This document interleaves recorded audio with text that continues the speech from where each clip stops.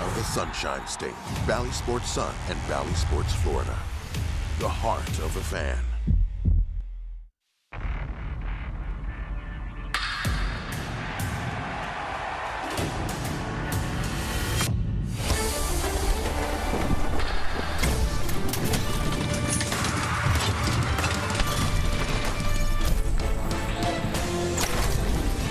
This afternoon at Tropicana Field, the Rays will square off against the Toronto Blue Jays in the middle game of this three-game series. Just 7 games left in the regular season. The Rays are a game and a half back of first place in the American League East, and a win today would clinch the first wild card spot for the Rays. Well, again, everyone, welcome to an afternoon of Rays baseball with Brian Anderson, Dwayne Stats. Great to have you aboard. Trisha Whitaker will be joining us throughout the day as well. Well, yesterday, the Rays summoned their #1 prospect, Junior Caminero, and he is in the lineup today. A much anticipated debut of the Rays' #1 prospect, Junior Caminero. Listen, he's the #6 overall prospect in Major League Baseball, born in the Dominican Republic, acquired in a trade from Cleveland back in 2021, and that's where he began his meteoric rise, culminating in this season where he hit .324, 31 homers, 94 driven in 117 games between Bowling Green and Montgomery, earning this call-up and earning this start. Yeah, and on the mound, speaking of starting, Zach Littell has been very, very good, making the transition from the bullpen to the rotation. He's the pick for the Rays today to start this game. Listen, and Zach Littell, you're absolutely right. The stuff has gotten sharper and sharper too, and you see as he has transitioned into the starting rotation. Let's take a look at what he's done in his last 3 starts. He needs a little bit of help. The team has not won a game, but look at what Zach's done. .229 on the earned run average, 15 strikeouts up against just 1 walk, works the 4-seamer around the zone, that little hybrid cutter slider, that split right there. He's got them all working right now, throwing the ball very, very well, and that's exactly what the Rays need. On the other side for the Toronto Blue Jays, it's going to be left-hander Hyunjin Ryu, and look what he's done in his last 8 starts. Just 9 starts total on the season, coming back from Tommy John, but the last 8, the ERA just over 2, not giving up a lot of base runners, throws under hitting speed. He's got a fastball averaging 88, 89 miles an hour. He's got a curveball that averages 69 miles an hour, so he knows how to use those pitches and frustrate hitters. The Rays lineup is going to have to be patient here this afternoon. Well, the Rays inside the American League East, 26-19, but 4-4 against this Toronto Blue Jays ball club. They've won 3 of the 5 games so far here at Tropicana Field.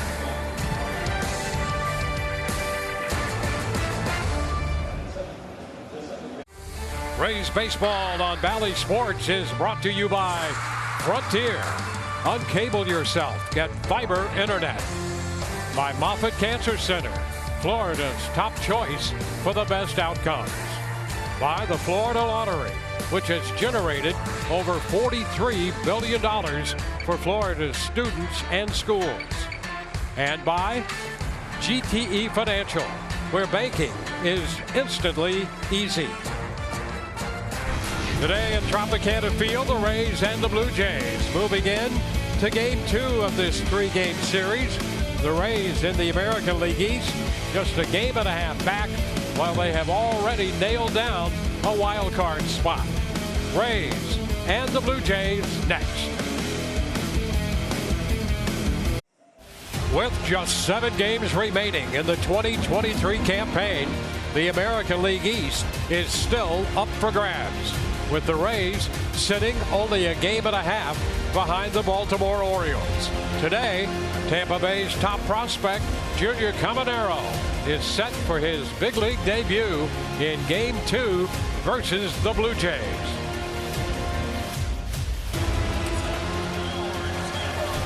Well, here we go once again, the Rays and the Toronto Blue Jays.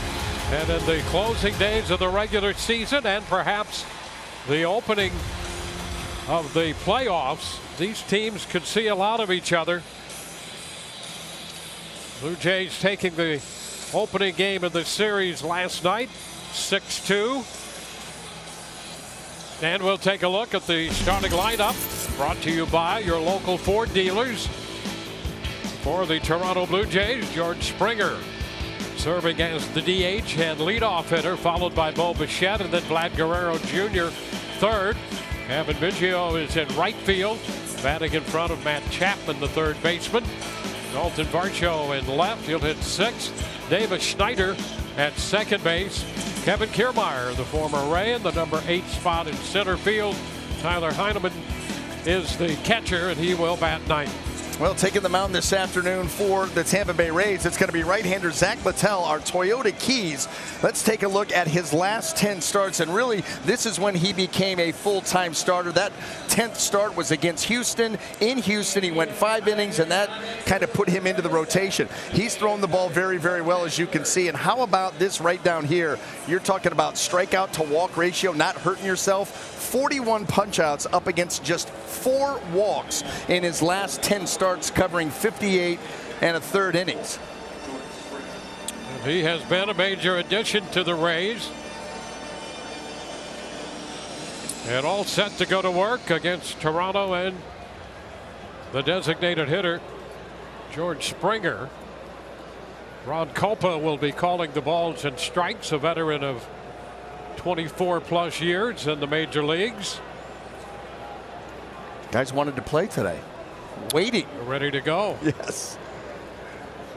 And the first pitch of this game, Springer swings and misses, strike one. Pitch down around the knees to start it. That's that hybrid cutter slider we're talking about. Not a true slider, not a real cutter, kind of in between. Throws it right around 90 miles an hour. And he gets the jump on him. That's becoming a weapon, Dwayne. That sweeping breaking ball that he gets sweep, and he gets some depth to it too. That has become a real swing and miss pitch for him.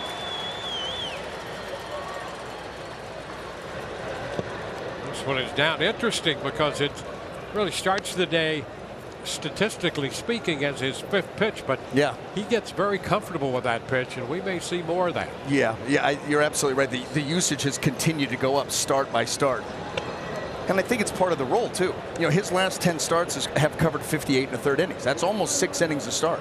So you're going to need more pitches than you had coming out of the bullpen, and so that sweeper, he's gotten comfortable with it, and the usage continues to rise. Well, back holding the count at 2 balls, 2 strikes. Well, you really have to ask yourself, with all the injuries and the trips to the IL, where the Rays would be without Zach Littell giving them the innings he has given them, and now in the starting role. Well, they'd be in a world of hurt, is where they would be. You know, they've used up about all the depth that they had. They had to create another starter with Littell because of all the injuries. Think about Rasmussen, McClanahan, Springs. Well, he came over here in the middle of May, worked out of the bullpen, and boy, don't you wish you had those 2 guys healthy? Could you imagine? It would be a different story completely. And Shane and McClanahan. Yeah. I mean, you're right. If you had just 2 of the 3, what a difference it would make. But you know what? The guys are still getting the job done as best they can with all the adversity that they've faced, and Zach Littell chipping in a big way. That pitch, very close, but off the plate in. The count is full. Here's another look. Well, that ball starts on and just ends up off. That little split right there.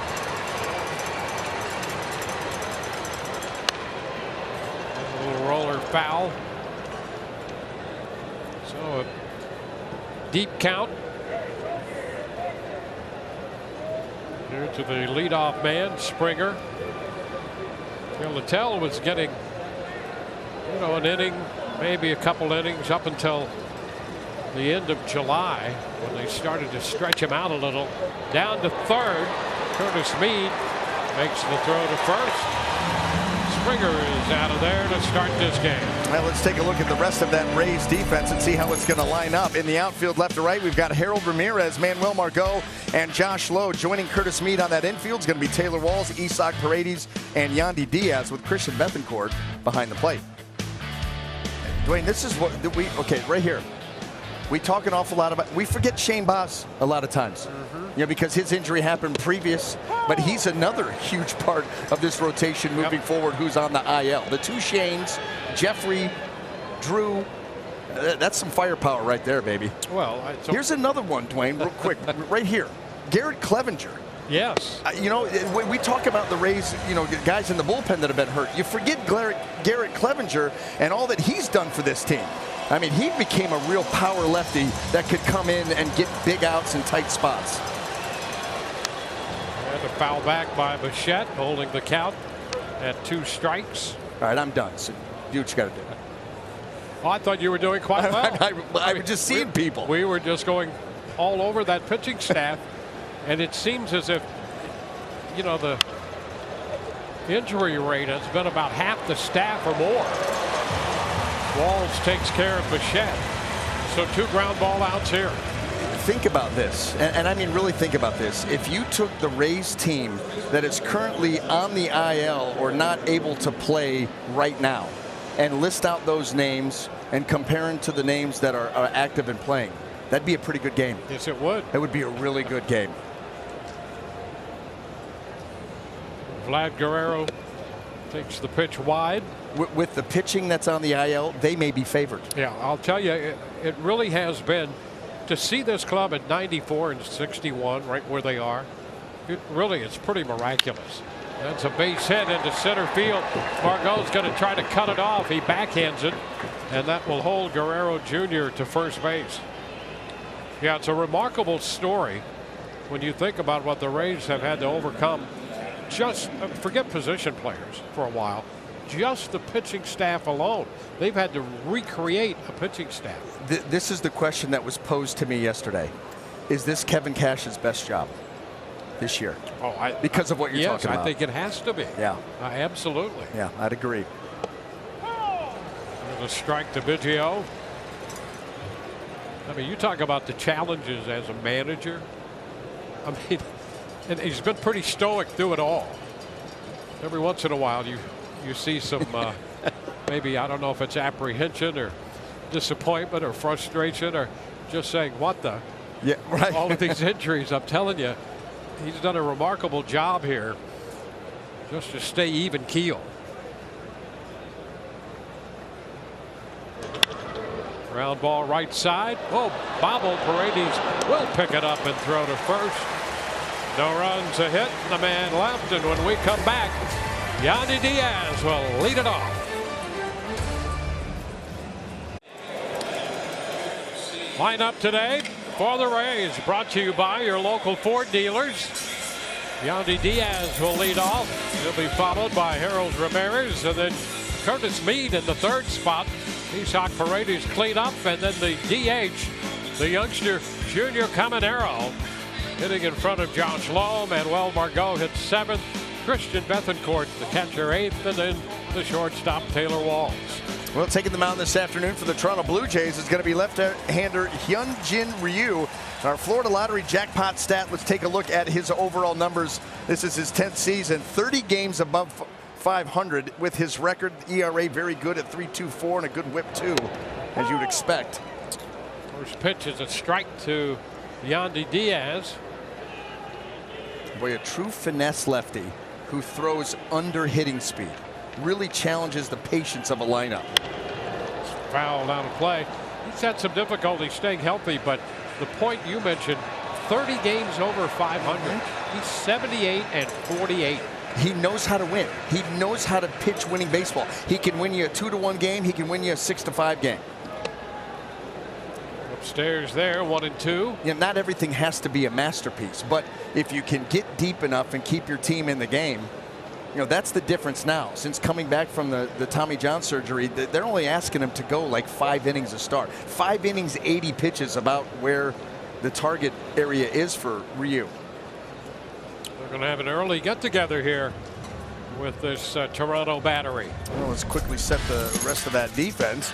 In the outfield, left to right, we've got Dalton Varsho, Kevin Kiermaier with his 3 gold gloves and a platinum glove, by the way, and Kevin Biggio across the infield, 3rd to 1st. Matt Chapman, he also of the 3 gold gloves. Bo Bichette, Davis Snyder, and Vladimir Guerrero Jr. He's got a gold glove. There's a lot of hardware out of the field. Taylor Heineman back behind the plate. The pitch is fouled out of play by Yandy. Yandy against Ryu is 1 of 9. That one hit was a home run. So make it count. Made it count. Exactly what I was thinking. 1-2 again. And he battles and fouls it off. These guys are so used to stuff. You know, light up the radar gun, mid-90s, upper 90s, you know, hard breaks. And here he's 87, 88 with the fastball, that changeup 78, curveball at 69. That's a shot back into left. Well tagged. That baby's going to go. Home run. Yandy Diaz. An opening homer. And the Rays break out in front. How about that for efficiency? 2 hits, 2 for 10 off Ryu, and both have been home runs. Yeah, would you take that? A career 200 average off a guy, but they're all homers. You take it this afternoon. Yandy's pretty happy about it right now. Well, I'll tell you what, he tried to sneak 89-mile-an-hour fastball by him in, and Yandy was having none of that. Watch him quicken up the hands, barrel the baseball. Nice strong finish, and just enough carry. This pitch to Harold Ramirez is a ball. So number 21 for Yandy Diaz. And Ramirez is ahead of the count, 2-0. Would you see the look that Ryu gave Culpa after that pitch? That was the look of, I need that pitch. That's a strike, and I need you to call it. And that's outside. He realizes with his stuff, he cannot pitch consistently out over the plate. It's going to get hit awfully hard. So he needs those fringe pitches and then try to expand the zone. And ball 4. Pitch was wide, a 4-pitch walk to Ramirez. Well, Harold came into the game 4 for 8 with 2 walks off him. And Ryu pitched to him as if he was fully aware of that.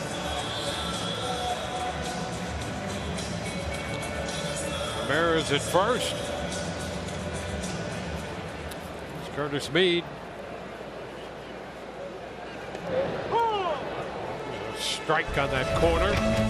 Got his first big league home run in the game last night in the 7th inning.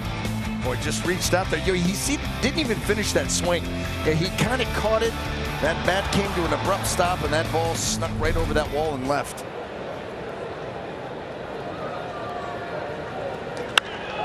Fly ball, short left.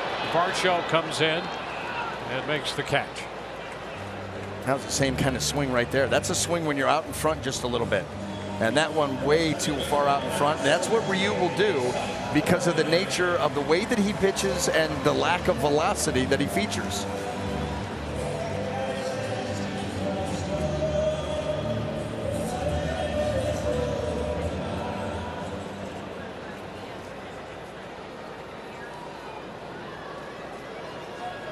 Isaac Paredes up here.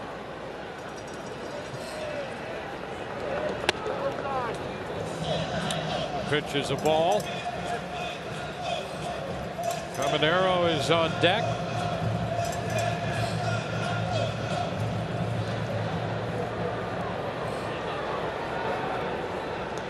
Hot shot. That's going to be foul.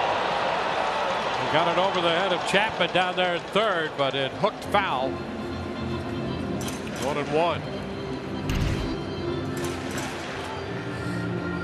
See that hooking action again out in front. That bat out in front, and just pull that ball foul. That's why we were talking about this Rays lineup showing patience. You're going to have to sit back just a tick longer. And Paredes now behind in the count, out in front of that. And think about that. That is a hard curveball for Ryu.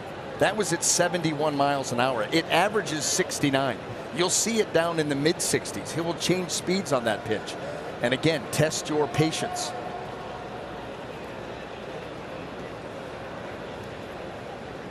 Home run by Yandy Diaz. His 4th leadoff home run this year, the 11th of his career. And Paredes out in front, could not stay back. That one at 66. So 2 outs. And now making his major league debut for the Rays, Junior Caminero, his family here to be part of the event. #1 prospect for the Rays, coming up from the Double-A level, started the year in Class A. First pitch is outside.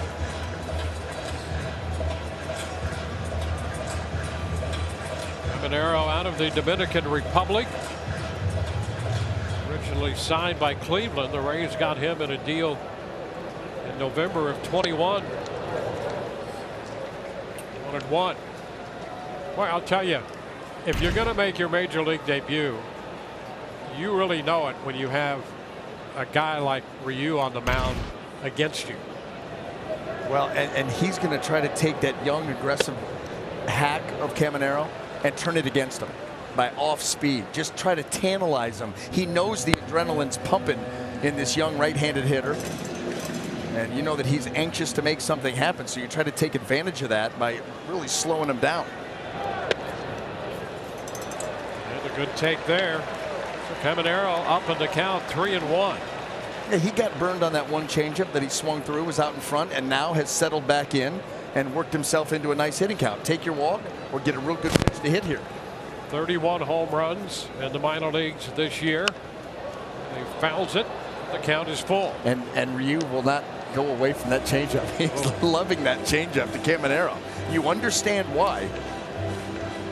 Now does he try to switch gears? Ramirez at first, 2 outs. 3-2, runner breaks, and the pitch is fouled back. That's what you want. You know, you've gone 77, 77, changeup, changeup, changeup. You'd slowed the hitter down through the entire at bat. Now he tries to sneak 89 by him. Didn't get it in. If he gets it in, maybe it's a different story, but he didn't, and Caminero was able to foul it off. Going to go back slow. 3-2, here it is. And he draws the walk. And a nice at bat by the young man. Ramirez moves up to second, and Caminero draws the walk. And I'll tell you, some pretty good discipline up there. Without a doubt. I mean, without a doubt, the veteran Ryu really trying to, you know, just get him over anxious. And so I don't think anybody envisions their first major league bat to be a walk. But Caminero showing some veteran-like presence there in the box, and he works that walk. Well, then we'll get Josh Lowe to the plate. And that's a strike on the fastball. Started him with that pitch away.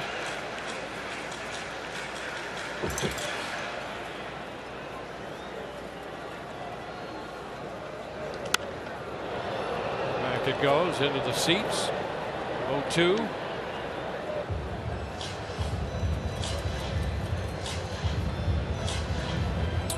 Well, how about these numbers with 2 outs and runners in scoring position for Josh Lowe? 429.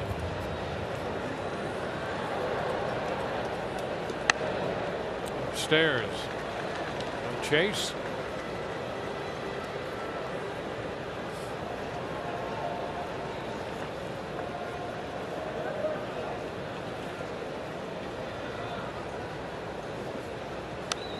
And he got just a piece of that one to keep the at bat alive.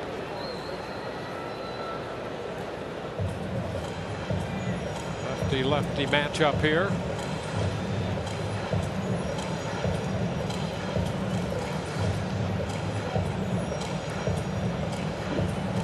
Caminero at first, Ramirez second.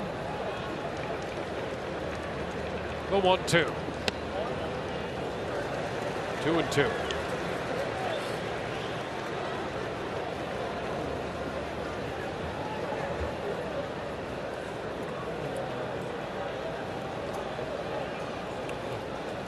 .28 pitch first inning so far. And a shot toward the gap. Back into deep right center. That ball is out of here. Home run off the bat of Josh Lowe. A 3-run blast, and the Rays break out in front 4-0. Josh Lowe, number 19.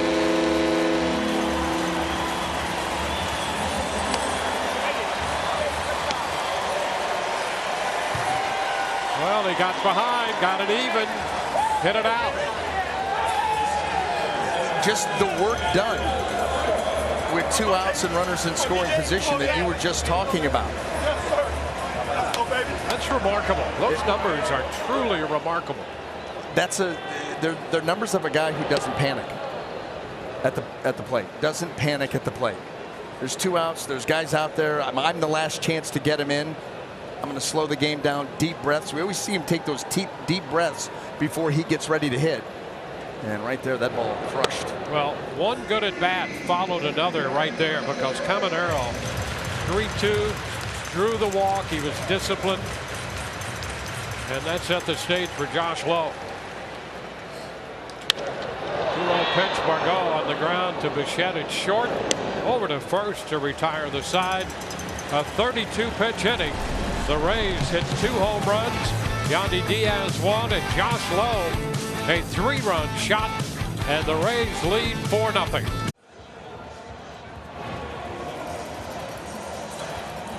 Claim your share of the Rays 50-50 charity raffle jackpot. Proceeds support youth programming in Tampa Bay. You can win big, support the community. Go to RaysBaseball.com/50-50.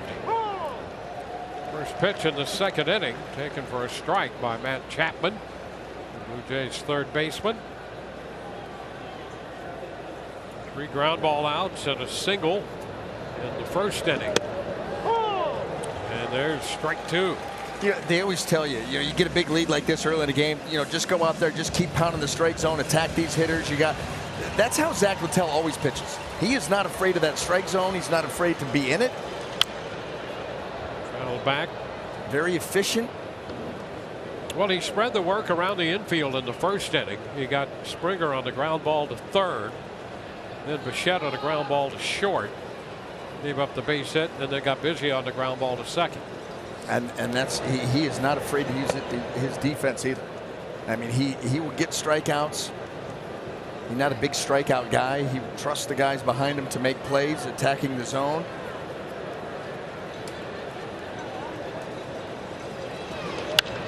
Another ground ball to short. Walls makes the throw to first. One away here in the second.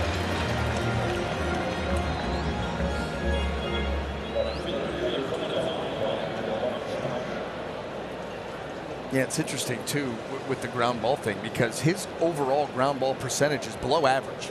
It's not a big part of his game, but that split is getting more diving action, that sweeping breaking ball that we talk about.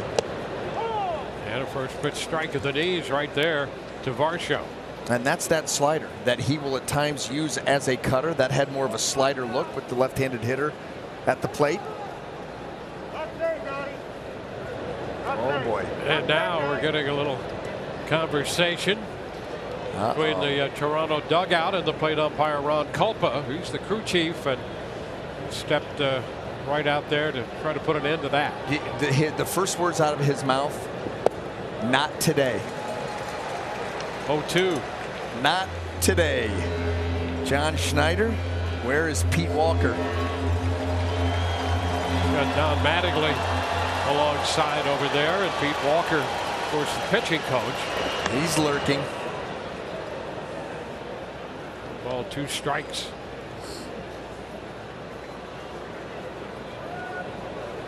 Probably checking the video.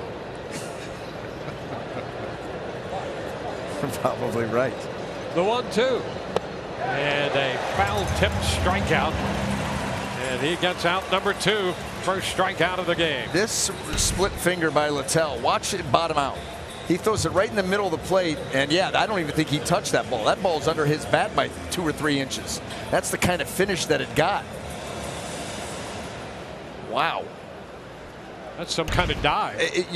And it's gotten more like that. I don't remember that early on for Zach, but as he moved into the rotation, he's getting more reps, he's pitching more innings. That pitch has gotten really, really sharp. Davis Schneider, the second baseman, a strike on him. This one down and away as he lays off.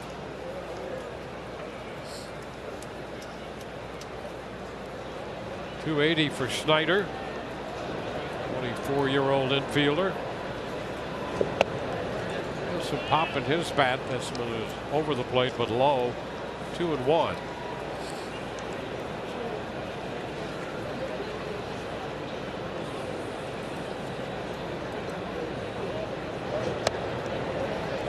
He's going to make it 3 balls and a strike.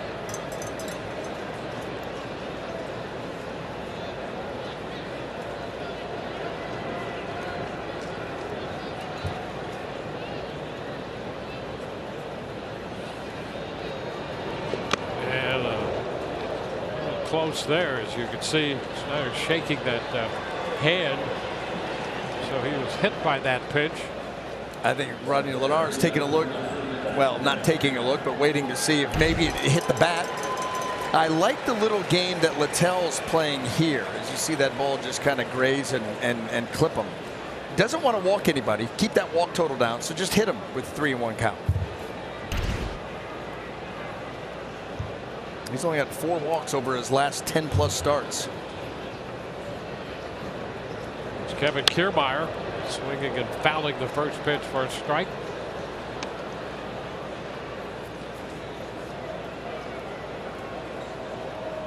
Kiermaier at 270.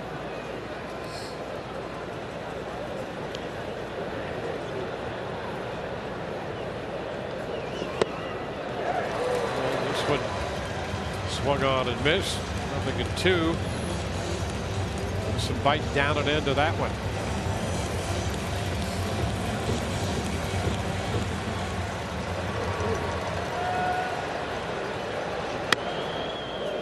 One ball, 2 strikes. The Rays have Walls shaded toward the middle, and Meade over at what would normally be the shortstop spot.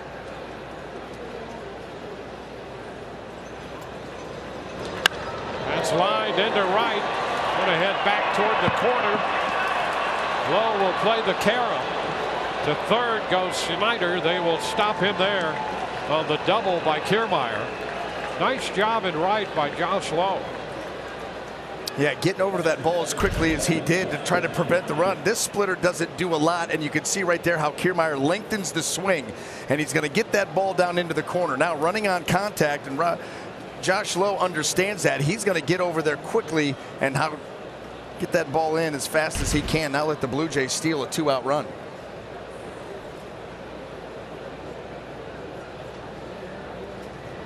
This is Tyler Heineman, a ground ball to first, and Yandy Diaz with the toss to Littell off the mound to cover the bag. Rays lead 4-0.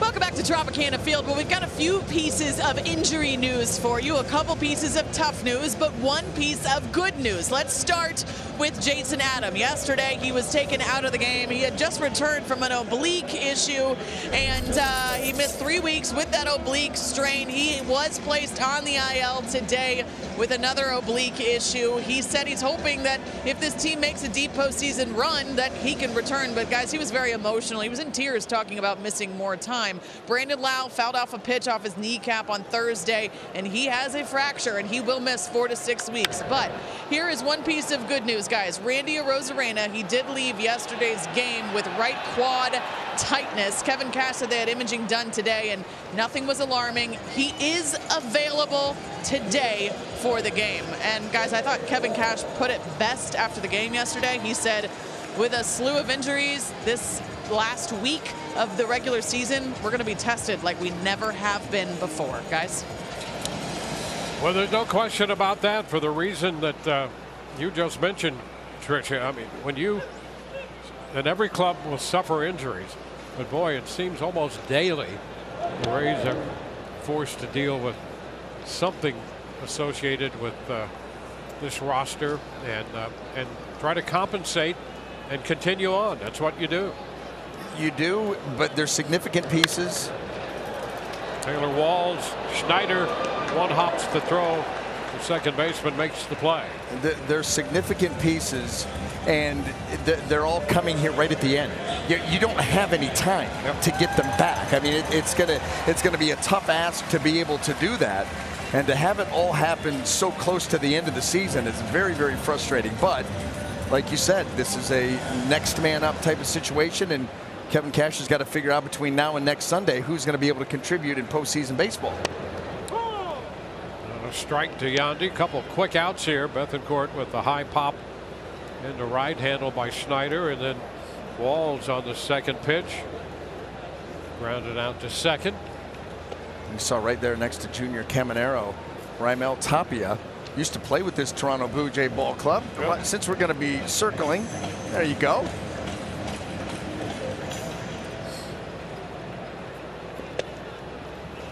Yandy, good look at that pitch down. 2-1. Tapia had been at AAA Durham. Signed a minor league deal in early August. 2-2 the count on Yandy Diaz.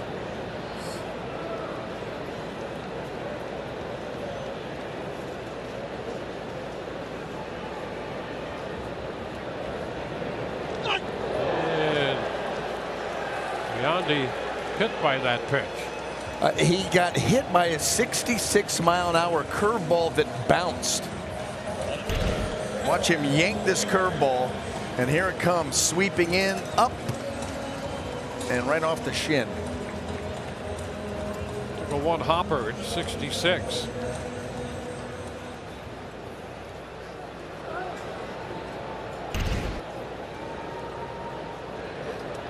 Look at Harold Ramirez to the plate again. Stairs. Well, there's the breakout on how slow that curveball can be. Yeah, that's the average. Remember, he will dip underneath it. In fact, the one that just hit Yandy was 66. We saw one earlier in the game at 71. So it comes to that 68.7 average, but he will change speeds with that particular pitch.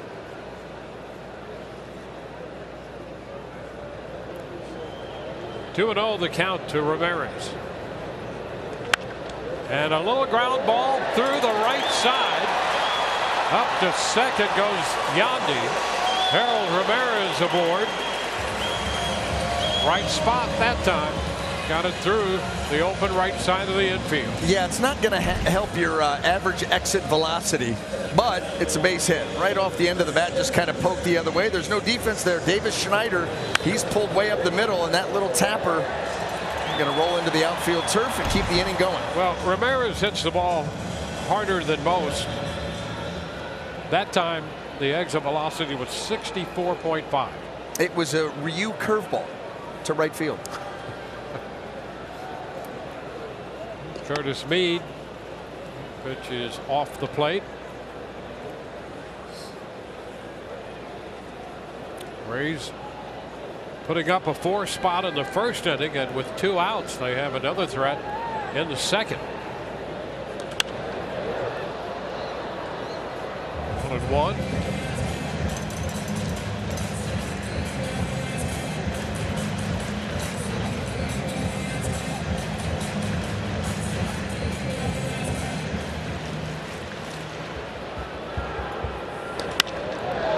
Center field, cutting back Kiermaier.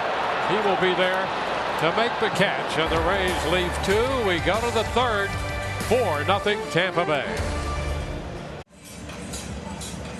Rays have a 4-0 lead, and doing a little work there on Zach Littell as he made his way back toward the mound.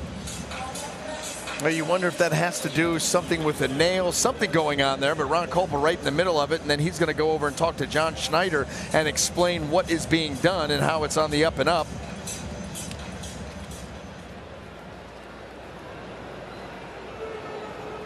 Schneider seemed to be just fine with it.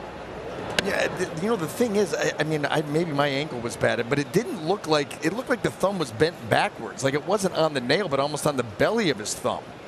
It was 1-0. Springer fouls it back out of play, 1-1. You know what? Tricia. Yep, she'll find out. Get to the bottom of it.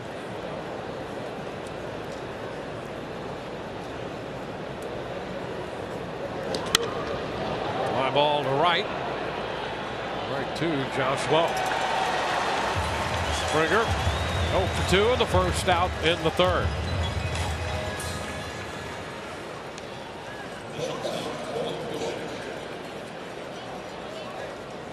Bo Bichette.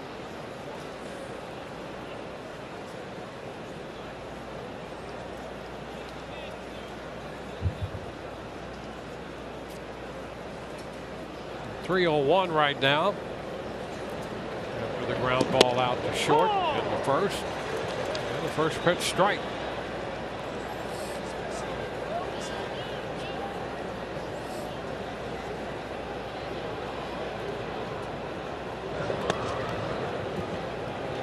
One.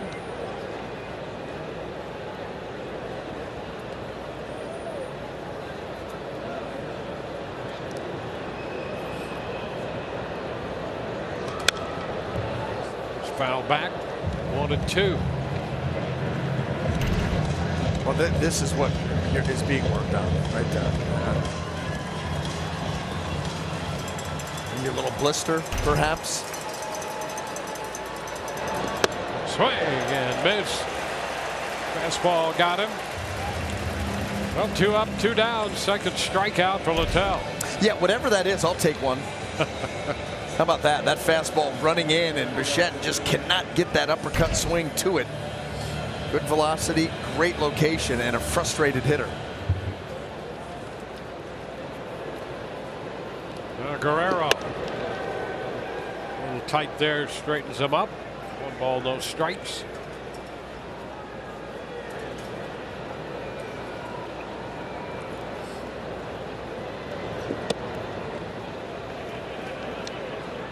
Two and 0.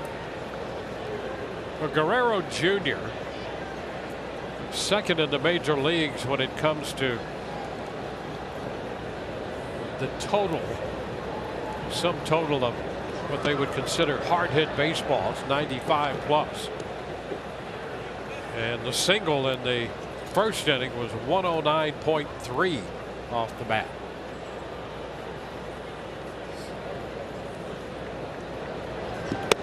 And a 4-pitch walk. So with 2 gone, runner at first. And we'll get Cavan Biggio up there.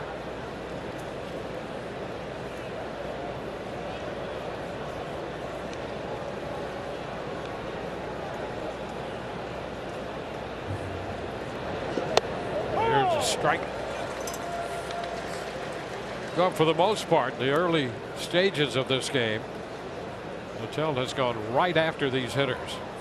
And that par for the course. I don't think he knows anything else but that.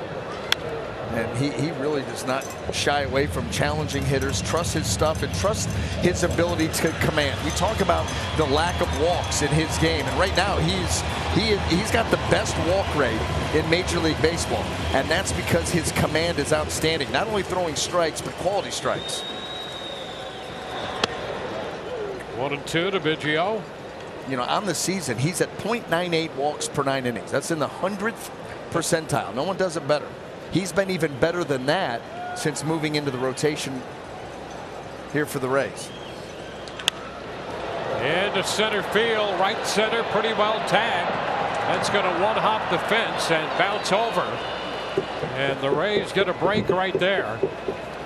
Well, Guerrero's going to have to stop at third on what turns out to be a ground rule double. You know, if he hits that a little farther and it short hops the wall, Vladimir Guerrero Jr. walks in with a run, running on contact with 2 outs. But because of what you're talking about, because of that ball bouncing over the wall, he's going to have to stay at third. Here you go. Just a little short, up and over off the Ray tank. And let's see if Kyle Snyder, Zach Littell, and Christian Bethencourt can figure out a way to get that third out with nobody scoring. There they have Matt Chapman due up now. I'm thankful the Florida Lottery makes fun games for all players. Like the new $5 million triple match scratch off. They got the fun covered, so I can relax. So with 2 outs, Toronto putting up a major threat, 2 men in scoring position. Same thing happened in the second inning with 2 outs when Schneider was hit by a pitch and Kiermaier doubled. Now Chapman fouls it up the right side down toward the bullpen. Strike 1.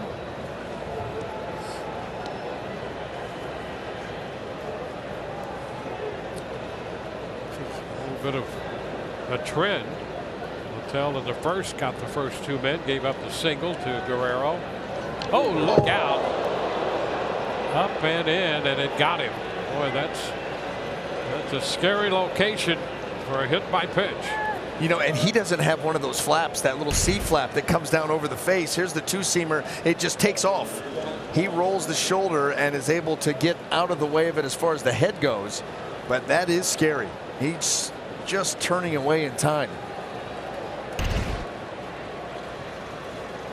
Bases loaded. Here is Varsho. Ground ball back of first. Right there is Gandhi, and he steps on the bag to retire the side. 3 men left. We go to the bottom of the 3rd. Junior Caminero will hit second when we come back. 4-0 Rays lead. We go to the bottom of the 3rd. Liberty Mutual Insurance Field coverage. Hitting second in this inning, Junior Caminero. And in franchise history, the youngest Ray to make his major league debut was B.J. Upton. Isaac Paredes takes a strike. Upton was 19 years old, 347 days. Strike 2. Caminero 20 years and 80 days young. How about the fact that both of them making their debut as the DH? That's right. That's exactly right. Probably not wanting to put too much on their plate. Just worry about one thing, and not going to overload you in game 1.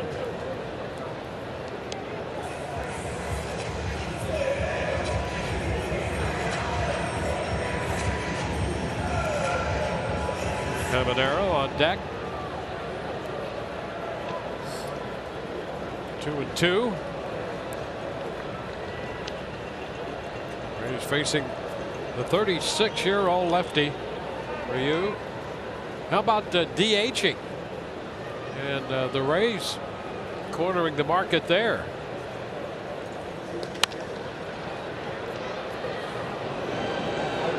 Short, Bichette to Guerrero Jr. and Paredes is out of there.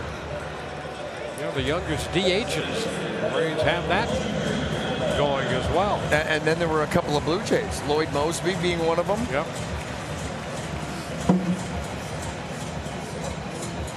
Well, a good at bat by Caminero in his first big league plate appearance. Disciplined and drew the walk. He's after the first pitch. There it is, his first major league hit. Jumped on the first delivery from the lefty. He's on for the 2nd straight time and has a base hit. That first major league hit out of the way.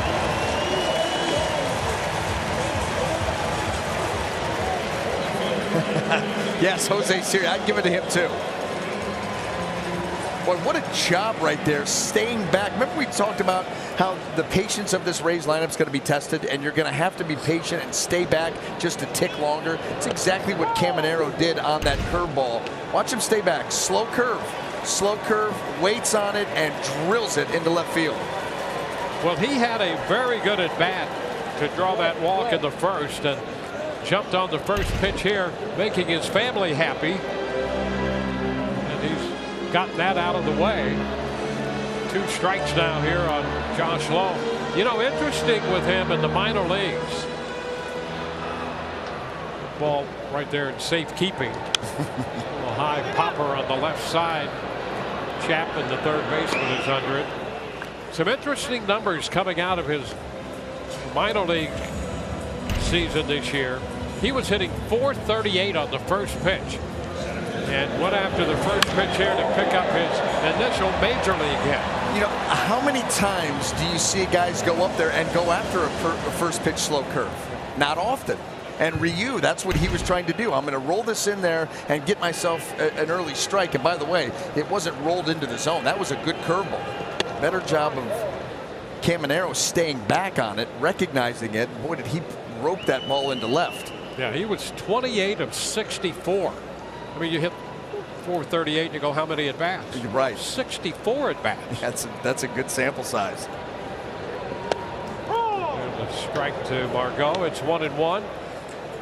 And for him, running a deep count was 1-1, and he was hitting .500, 20 of 40 on 1-1 counts in the minor leagues. So what you're doing is you're showing that opening at-bat walk, you're making it even more impressive. Yes, absolutely. See that many pitches. He probably didn't see that many pitches in the minor leagues. 2 outs with Caminero, the runner at first, picking up that initial major league hit.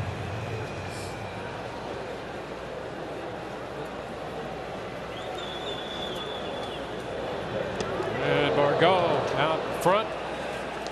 He's out on strikes, a man left. And we're going to go to the 4th inning with the Rays on top 4-0. Here's another look at Junior Caminero picking up his first major league hit.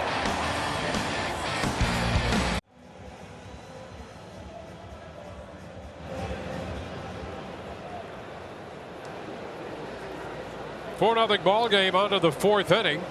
Davis Schneider leads off, takes a big cut and misses on the pitch upper part of the zone.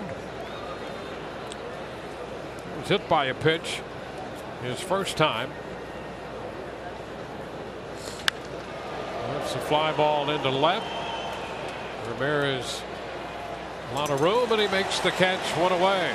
Let's check in with Tricia Whitaker now. Trish. Well, hey there, guys. Yeah, I've got a little bit more on Junior Caminero. We talked to him before the game just about how he was feeling being put in the lineup for his major league debut. And he said, listen, it's actually more emotion. He said, I don't have nerves. I said, no anxious nerves, no excited nerves, nothing. He said, nope, I don't have nerves. And we certainly saw that in that veteran plate presence when he drew that walk and then stayed back on that pitch for his first major league hit. First person he called this morning to tell that he was in the lineup for the first time as a major leaguer, that would be his dad. So why did he choose the number 1 for his jersey number? Well, he said it's because I want to be number 1. I am number 1. That's got to be my mentality. And guys, his nickname is La Maxima. Maxima is the max, so he explained it as the top. He said my trainer that I trained with, he gave me that name before I even signed professionally, and that's my mentality headed into the majors, guys. Well, he certainly seems to be calm, cool, and collected. And confident. Yes. At such a young age, too. But the amount of success that he's had, you know, in the minor leagues. The 2020 minor league season, because of the pandemic, he was not able to take part in. 21, you know, he comes to the Rays, the trade with Cleveland, and all of a sudden starts to make his mark. In his 3 minor league seasons, .316 average. This year, a .324 average. 31 homers, emerging power, 94 driven in. All in 117 games. So I'd be feeling pretty good about myself, too, at 20 years old. And, you know, the other thing about that, he was an A-ball to begin the year, then Double-A. Yeah. Skipped Triple-A, and here he is having a great at-bat, hits a home run, his second plate appearance. And Kiermaier is out on strikes. Well, there's the breakout this year. Bowling Green at single-A, and then Montgomery with the Biscuits. Some outstanding numbers. Look at that. 62 runs batted in 81 games. Yeah, 20 homers. So, you know, he's tearing up Bowling Green, you know, single A. You got to move him up. He goes to Montgomery, and all of a sudden, boom, here comes that power component. You know, we talked about it yesterday. The scouting report, you know, the first thing that comes to mind is his bat speed. He has got a quick bat, gets it through the zone rather quickly. Now that he's starting to fill himself out a little bit, a little bigger, a little stronger, that bat speed translating into power. Well, here's a 2-out base hit by the Toronto catcher. This has been a trend this entire outing for Littell. First inning, got the first 2 men, gave up a single to Guerrero. Second inning, got the first 2 men, hit Schneider and gave up the double to Kiermaier. Third inning, got the first 2 men, walked Guerrero, then the double to Biggio. And here in the fourth, got the first 2 men, and now a base hit again. And we go to the top of the order. Springer takes the pitch just a little bit low. He's taking his consistency to a new level.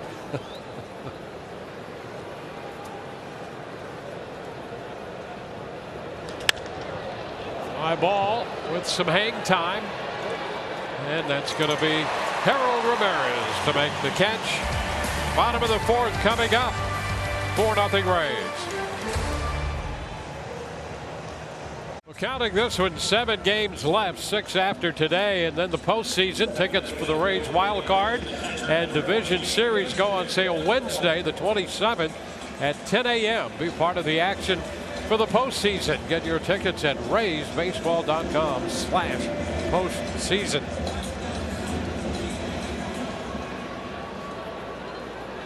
Christian Bethancourt will begin the fourth. Pitch is upstairs. Bethancourt popped out to short right. Snyder, the second baseman, went out there to make the catch in the second. There's a popper back toward the stands over the screen and out of play.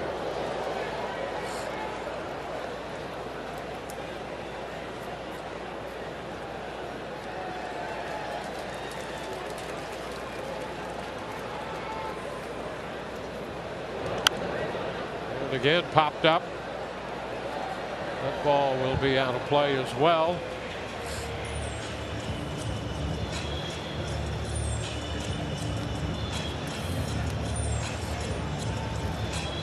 The Rays and the Blue Jays again tomorrow.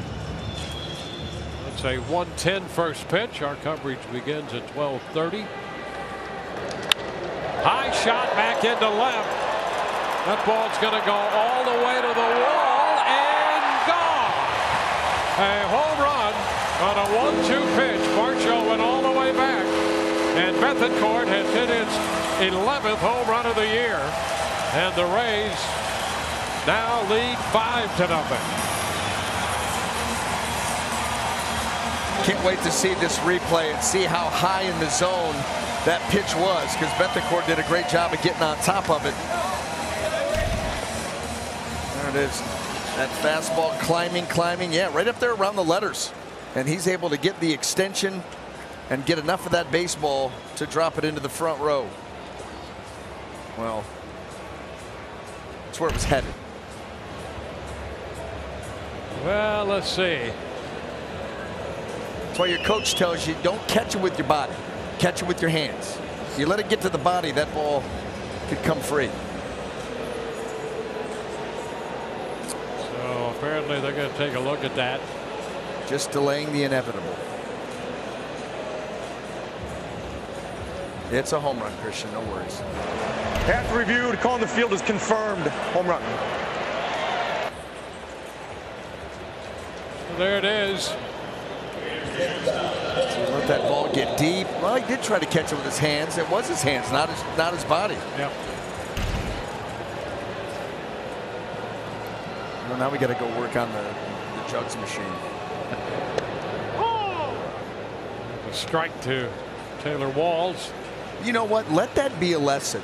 If you're going to have first, second, third row seats in the outfield just beyond the fence, glove, right? Yes, without question.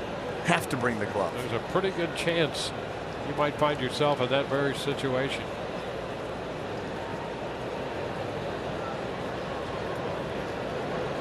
But a great try. Yeah, the effort was there. Yep.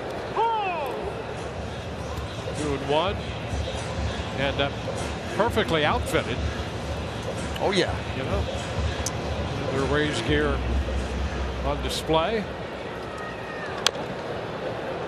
2-2 now here to Walls.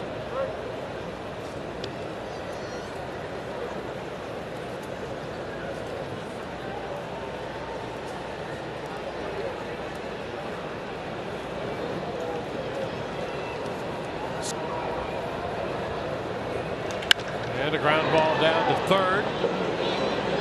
Chapman's throw is in time. One away.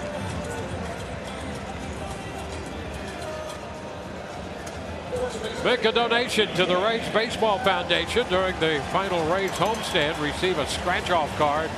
Every card's a winner. For more info, visit raysbaseball.com/shirts.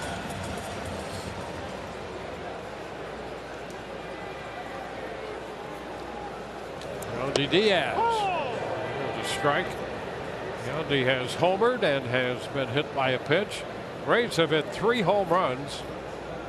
2 coming in the first, Yandy, and then Josh Lowe. Home run here by Bethancourt in the 4th. Now Diaz is behind 2 strikes. Rays with 5 runs, 5 hits. And that's a base hit. Got it through the hole on the left side, and Yandy's on for the 3rd straight time. Boy, another slow curveball that Yandy was able to keep the hands back just long enough before he fires them. Watch, the body starts to get out in front a little bit, follows it down, and is able to find the hole on the left side. Nice job of staying with that pitch, staying on that pitch, and eventually squeezing it into left field. Harold Ramirez.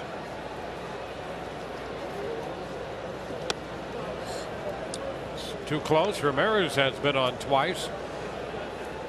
So between Yandy and Harold, the 1 and 2 hitters have been on 5 times in 5 plate appearances. 1 ball, 1 strike.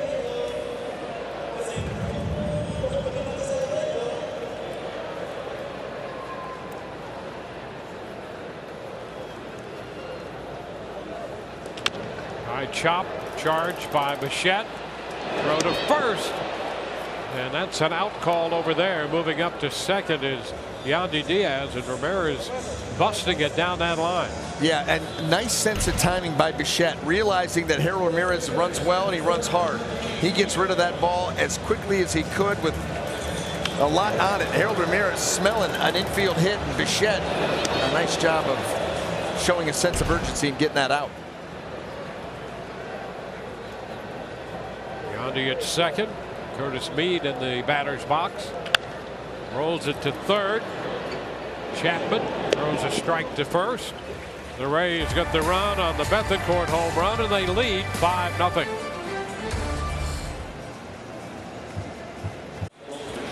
You can cheer on the Rays at a watch party coming up Friday.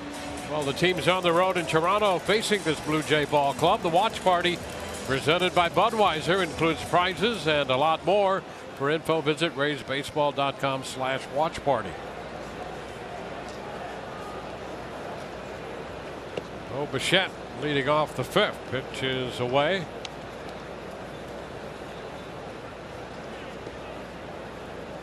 The Rays with this 5-0 lead. The pitching line there for both starters. Up the right side, Diaz will run out of room. 1-1.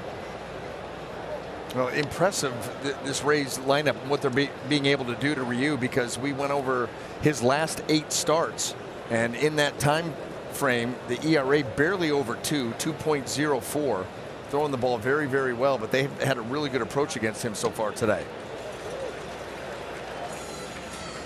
Ball, 2 strikes.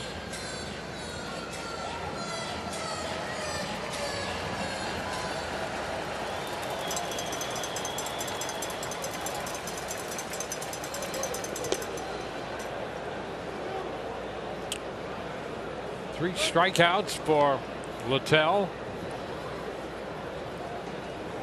Through the first 4 innings, he has continued that trend to get the first 2 men before giving up a base runner.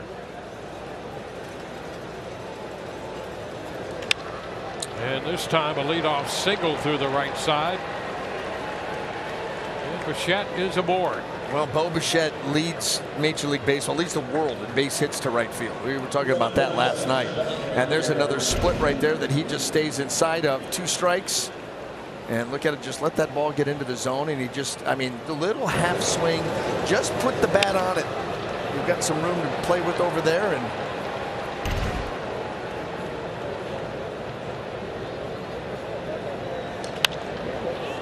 Guerrero sends it into right. That's Josh Lowe there coming on, angling in to make the catch.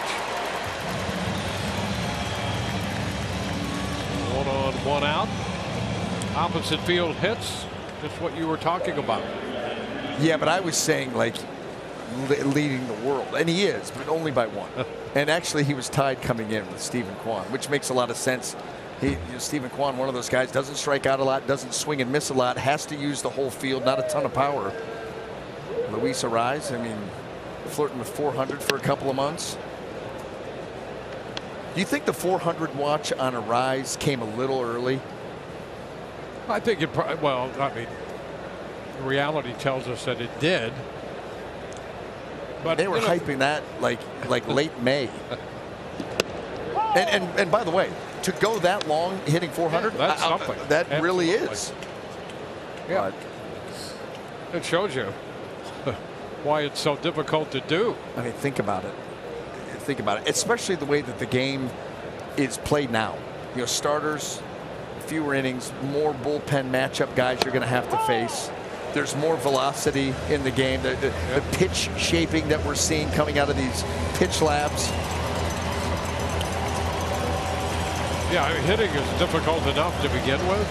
You know, people will argue maybe the most difficult thing in athletics to do on a consistent basis and be successful at it. I've got the pole vault. Well, that's a good entry, believe me. I've seen a lot of pole vault fails, and they're not pretty. Yeah. Did you ever try it? No. No. No. No, I would not. No, I don't know why anybody would want to run carrying that thing, shove it into a hole in the ground, and try to catapult yourself 18 feet into the air. Why? 2 and 2 because it's there. I guess so. I just have never had that desire. So I think that's the hardest thing in sports. Hitting, the most difficult thing in sport to do, next to pole vaulting. Down to first, and that ball gets away from Yandy, and there's a glove flip. Paredes over there playing second today.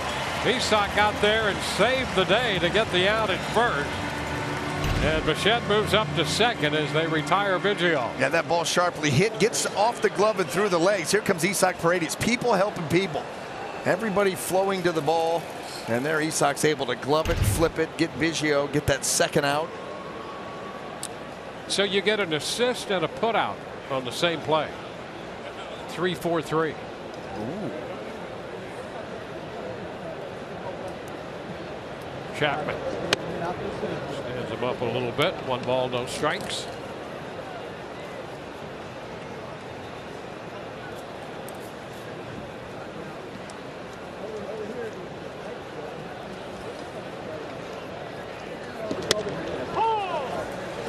One and one.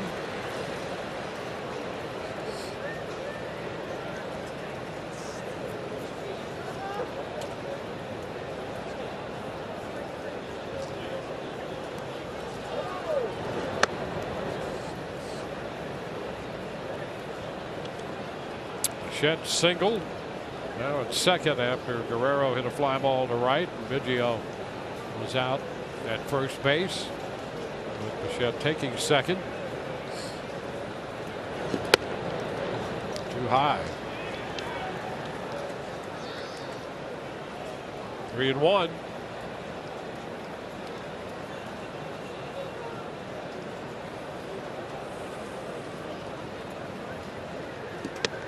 There's a strike. And we go to 3 balls, 2 strikes.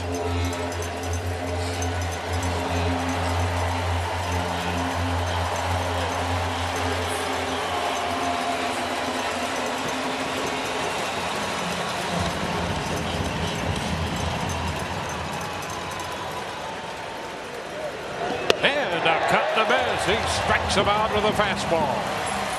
Base hit, and then 1, 2, 3. Bottom of inning 5 coming, 5-0.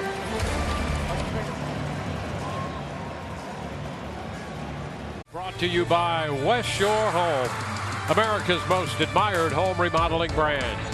By the Aggressive Attorneys, Winters and Yawker. And by Toyota. Let's go places. Rays unveiling a pair of commemorative statues, Evan Longoria and Aki Iwamura. This pitch here in the bottom of the 5th inning. Isaac Paredes takes ball 1.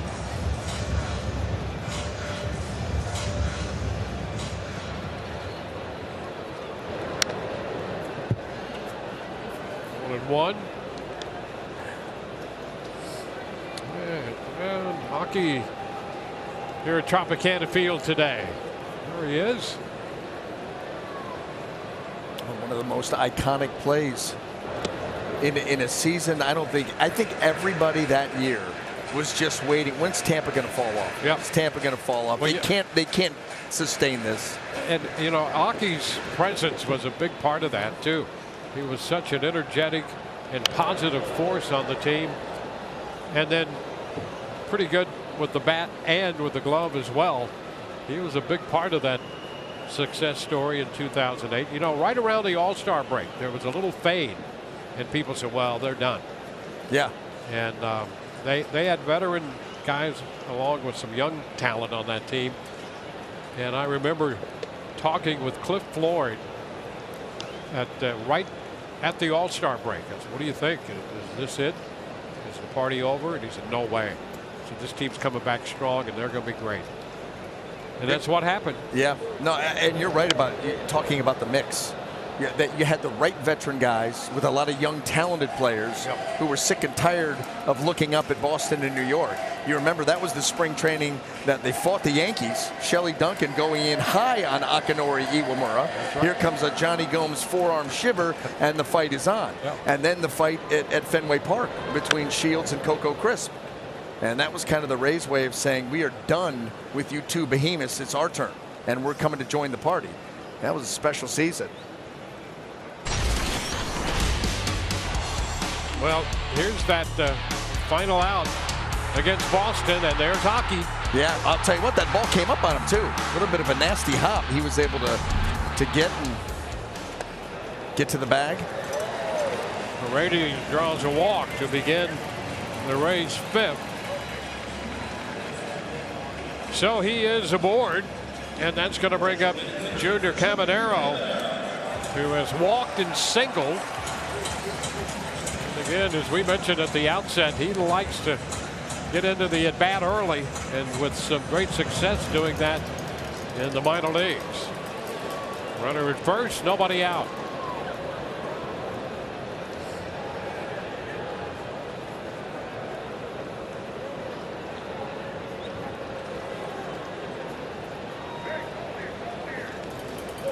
A little discussion there between the Toronto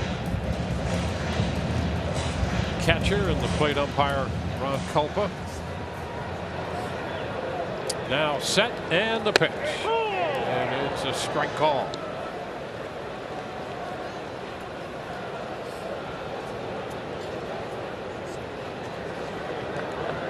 Caminero making his major league debut for the Rays today. And he follows that one down. 1 ball, 1 strike. What a great start it has been for Caminero. Worked a 3-2 count into a walk and a run scored in the first. 2-1, and jumped on a breaking ball on the first pitch he saw in the third with a base hit. The result, picking up his first big league hit. Trevor Richards, who spent some time here with the Rays, busy in the bullpen for Toronto. 2. Let's go back to the 3rd inning in that first big league hit. First pitch curveball, middle of the plate down, and he stayed right on it and right through it. A bullet out into left field. 2-2, and he lifts a fly ball toward the line and right. Biggio with time to get under it, makes the grab. That's the first out in the 5th inning. 1 on, 1 out.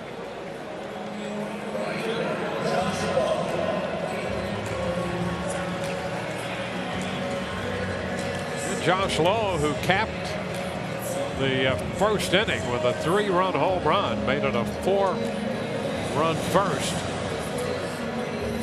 His 19th home run.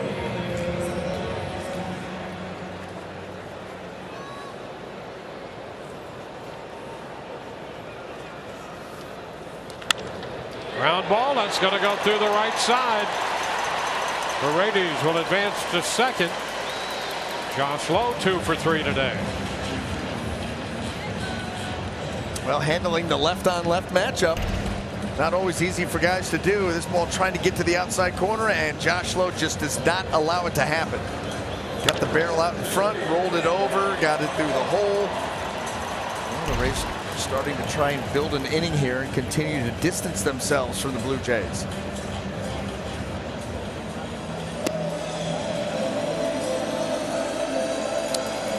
The action continues in the Toronto bullpen.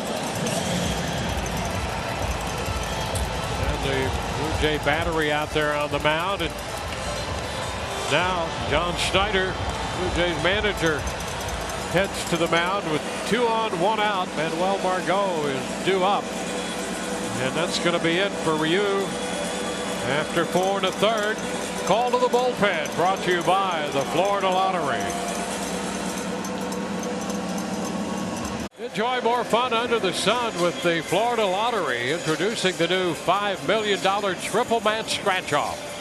Head to your local Florida Lottery retailer and get yours today. Must be 18 or older to play. Play responsibly. Trevor Richards, the new pitcher. Ryu working 4 1/3. Gave up 3 home runs. The season's high. 9th time in his career he's been victimized with the long ball 3 times in a single outing. And Richards takes over. Oh, take a look at the chase rate. 37% chase rate. How about this? His whiff percentage, whiff rate, I should say, is at 36.3. That's in the 97th percentile. His strikeout percentage is 34.1. That's in the 98th percentile, all because of his changeup. Throws 2 pitches, fastball, changeup, but the changeup is elite. There it is. The first pitch, Margot out in front, swinging over, and strike 1. I mean, and that's the thing. You know it's coming. He's got 2 pitches, and still there's that much deception to it.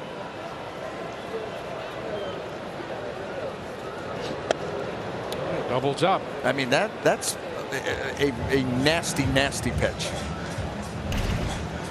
There's the, look at how he turns it over. Turns it over in that late dive. And if you're going to do that as often as he does and start hitters with that, that dive is essential.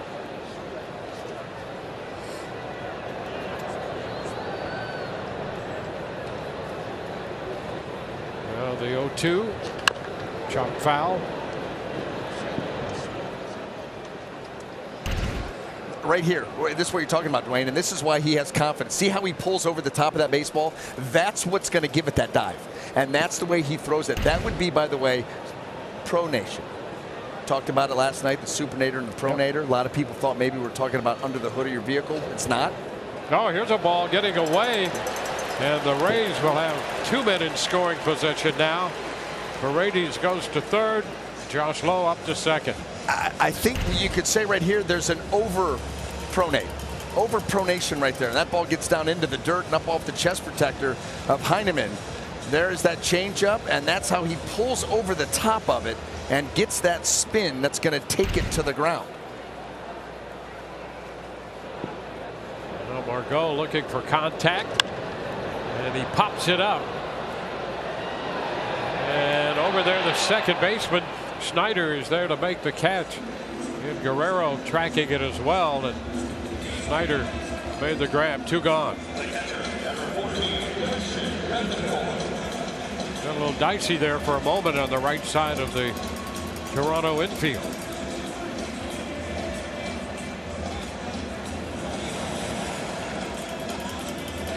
Now Christian Bethancourt.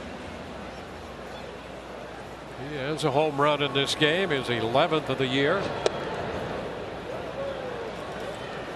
front, pulling off, strike one. And, you know, the thing is, his breakout is 56% changeup, 44% fastball.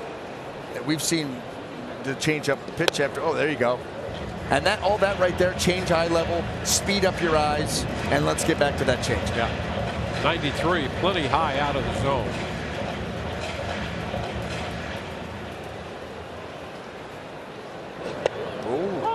And he gets the call too. Wow. That was way low. And Christian Bethancourt, the Rays catcher, understanding that, saying, you've got to be kidding me. And you know what? If you're going to call that on me, how about giving that pitch to us? And a tapper to third. Fair ball at the bag, and the throw and the scoop at first. Chapman with a throw on the run, and Guerrero Jr. with a scoop at first. And the Rays are out of the fifth. They leave two and lead this game 5-0.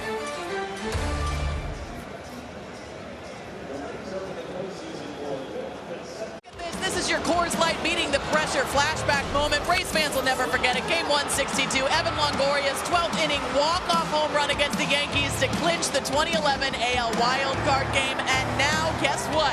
That moment is memorialized in a statue right outside Tropicana Field. It was unveiled today. A beautiful statue and a moment that means so much to the Rays and this franchise's history. We are out here in the 162 landing. And if you remember, Evan Longoria, we saw him when the Rays faced the Diamondbacks earlier this season, and he talked about Tampa Bay so fondly. He said, I grew up there. That's where I made my home. That's where I met my wife. And then he was asked, guys, about the possibility of his jersey number being retired. He said, it's never really something I've thought about, but he said the thought of having a number retired in the bigs, that's something that's very cool. He said, I think that it's something that I wouldn't take lightly. And he also added, but it would probably hurt if they gave that number to someone else. I'm not going to lie. So guys, he's got a statue, and you know what? No one has worn his number 3 since he left. Guys. Well, what an impression, and how important he was to this franchise and that club. There's a shot up the right side beyond the bullpen. And Varsho down in the count 0-2.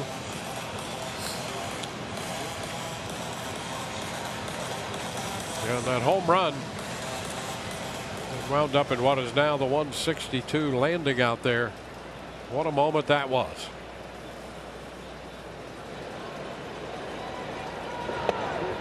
And a strikeout. Varsho out on strikes for the second time. Bottom fell out of that one. Yeah, speaking about changeups, you're talking about Trevor Richards, different style right here, the split. Look at the tumbling action, and there it goes. Bye-bye. That pitch has been really, really good here for Littell as of late, and he's getting a lot of late action to it. Davis Schneider.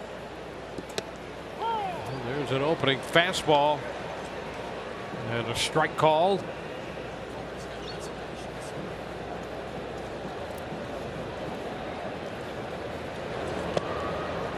One and one.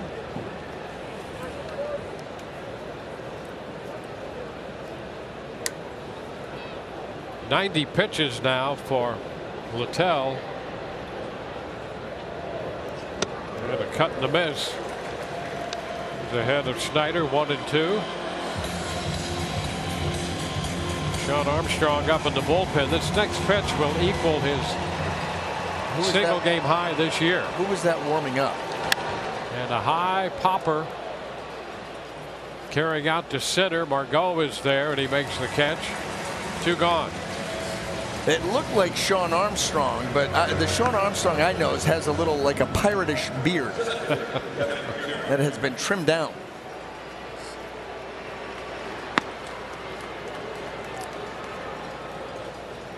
Maybe, you know what, he gave up a run or 2. Hasn't done that in a long, long time. So different look. Kiermaier to strike. Well, you can't go to the mound with the same look all the time. You got to change it up once in a while. Yeah, but you can't change it up until something bad happens. There you go. While it's good, you got to go with ride it. You got to go with it. Now something you don't like happens. Okay, now it's time to switch it up. There's a look that doesn't ever change, no matter what. Kittredge and the beard. I like that. That's a lot of work. Yep. Little tap to the left side. Mead. Oh, a high throw, but down on the bag comes Yandy Diaz. Out at first is the call. Did he keep that tiptoe on the bag? They're taking a look. Now they're going to challenge. He's got to go up. Can't see the foot. That's off. It's off. It's off. It's off. Overturn. Easy. Easy. Yep. That little flip by Mead goes high, and Yandy just couldn't get it down in time. Kiermaier with his speed got there just in time. When Mead cuts off Taylor Walls, but then that throw kind of sails a little bit, and this should be quick and easy. Or it should be.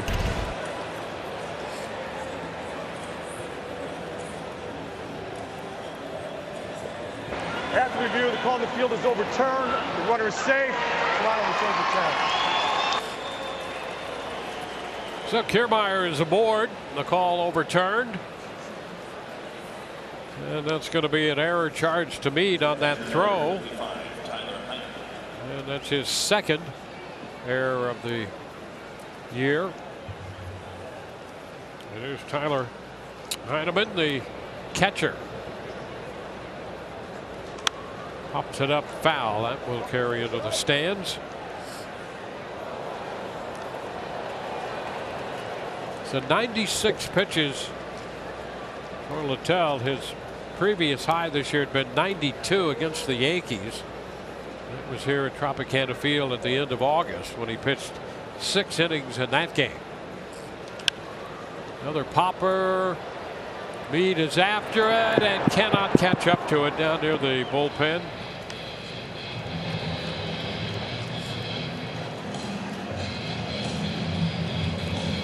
2 strikes.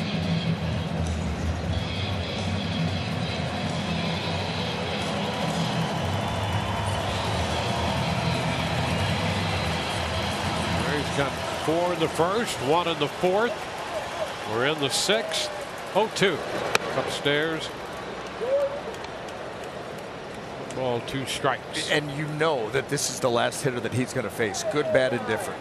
With the lineup going around for the 4th time. Armstrong's ready to go. Pitch count season high. There you go. Little tapper foul. Oh no, that was a swing and miss. And down to first. And that ball loose. And we're going to have runners at first and third. For a moment it appeared that might be a foul ball, but it was a swing and miss, and Toronto's going to come out of this with men at first and third. Yeah, he misses that by plenty, but it rolls right up off the glove and gets over Bethancourt. He tries to backhand it, and that ball squirts over the top of him. Then it becomes a very long, almost impossible throw. A little contact at first, and that was the last hitter he was going to face. And that's going to be it for Zach Littell. 3 times through the lineup. He will depart with the Rays leading 5-0. Call to the bullpen brought to you by the Florida Lottery.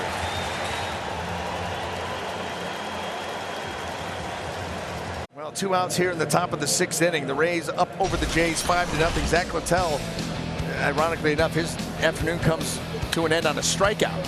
But I'll tell you, he early on using that infield, keeping the ball on the ground, mixing in some strikeouts here or then, mixing pitches all over the strike zone. That split was very, very good here today. That fastball tying up Bichette, going right after these hitters, being efficient. Did get into some trouble a couple of different times, but able to make the big pitch to get out of it. And so far has kept the Blue Jays off the board. Sean Armstrong takes over on the mound to face George Springer, who swings and misses. 99 pitches for Zach Littell, a career high for him. Oh, what a job. And what a job he has done since he has settled into that rotation. Another good game today. Foul just over the dugout.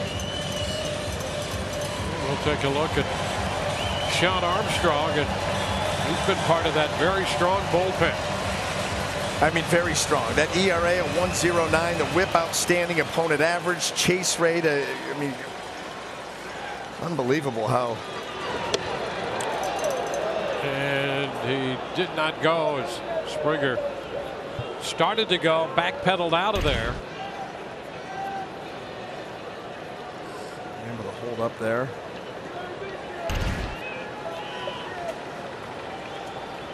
One and two. Fouls it back.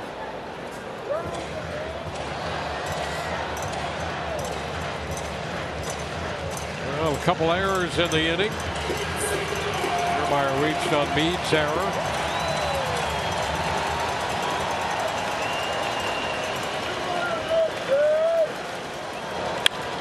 And into left center field. That ball's going to be in there. One run will score. They're going to wave the other one around third. No play at the plate. It's a double for Springer. And just like that, it's 5-2.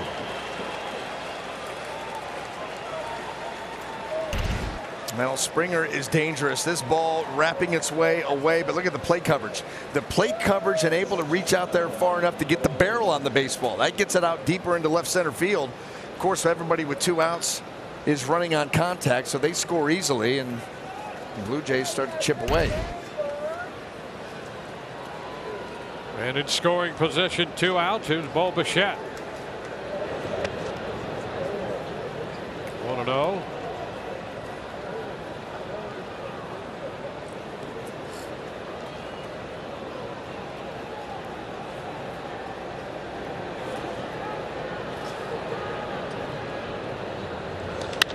That's a base hit the other way into right. Josh Lowe up with it. They will hold the runner. Springer at third. Luis Rivera came way down that line and put up the stop sign. With Springer turning the corner there.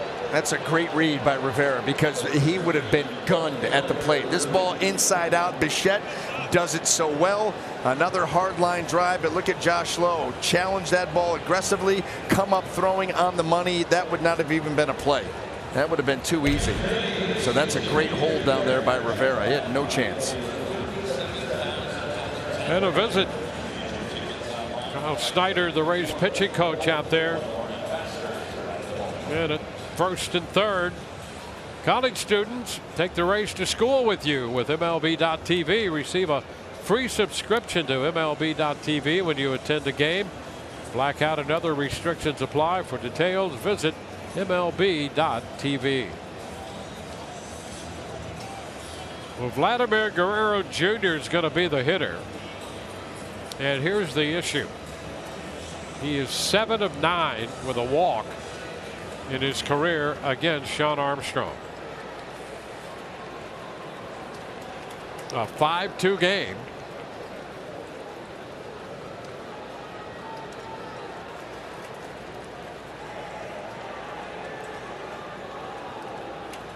Pitch, and that's going to be a base hit into center field. Springer scores. Bichette goes to third. And Guerrero on the first pitch drives in the run. And suddenly that 5-run lead has been cut to 2. That ball got in on Vladimir Guerrero Jr. In fact, sounded like it cracked that bat. And it just a soft little flare into center field. But he's a big, strong guy. As he gets rid of that bat, realizing that ball is going to get to the turf in center. Just over the head of Paredes. And here comes Toronto. Here's Biggio at the plate. And he lines it into right. That ball is going to be in there. It will go to the wall. Bichette scores. Guerrero will be stopped at third. A double for Biggio. 4 straight hits here off Armstrong. Second double of the day for Biggio. And it is a 1-run game. Trying to cut that ball in, and Biggio just a little bit quicker to the spot. And he's able to get the barrel on it. There it goes. There comes another run home. And Vladimir Guerrero Jr. now second and third. Rays bullpen quiet. So this is on Armstrong to find a way to get out of this inning. Chapman 0 for 2. He's been hit by a pitch. And he fouls it back. Strike 1.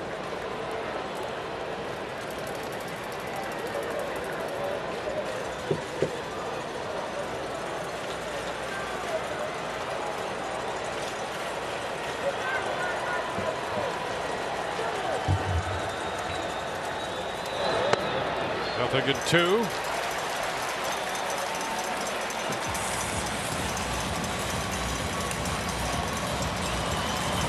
Two of these runs charged to Littell. They are unearned. 2 runs charged to Armstrong on 4 straight hits. The pitch is wide.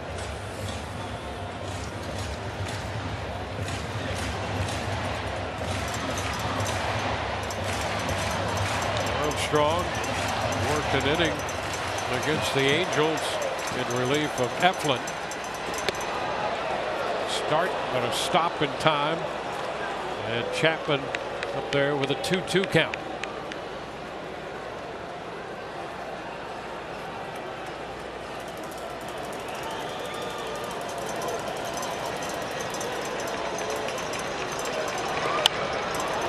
Lifted to the right side. That's going to be foul.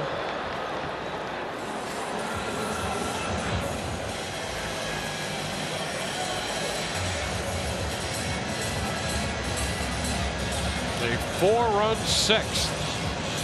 2 outs.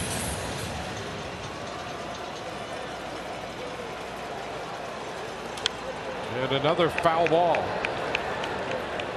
Chapman in his career 2 for 6 with a home run against Armstrong.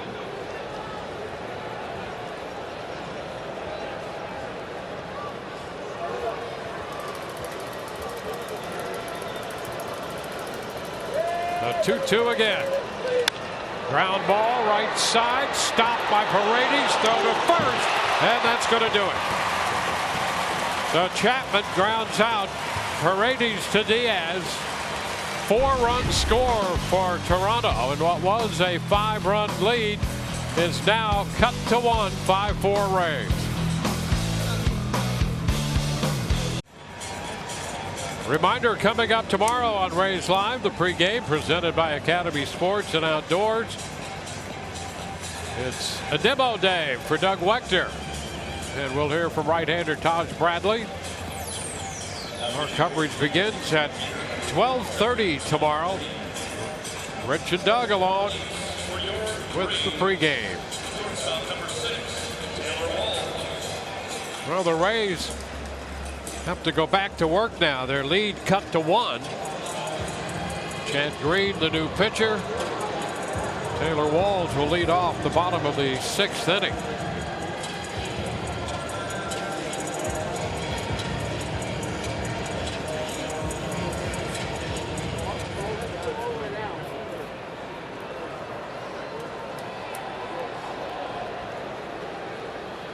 Taylor nothing of 2 ground balls.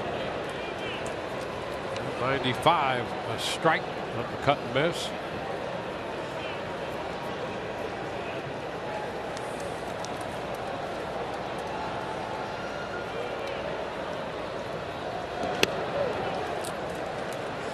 Fastball again, 0-2.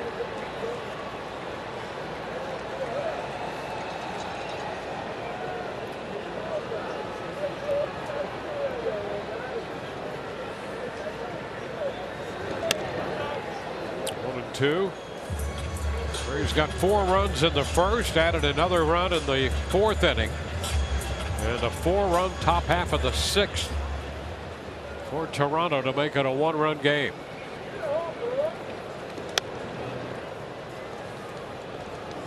Two balls, 2 strikes.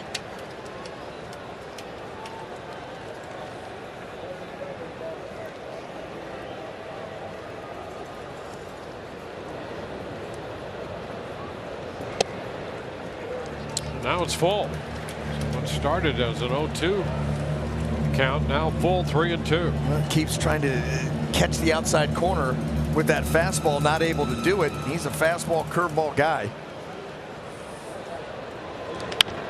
Chop to the right side. The toss to first in time. 4-3 on the putout.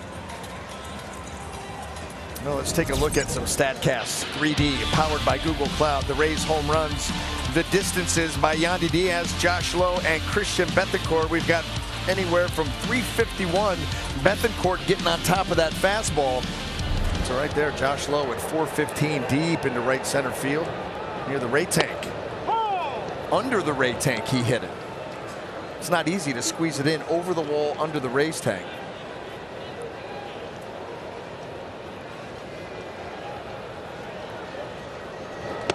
Oh, 2.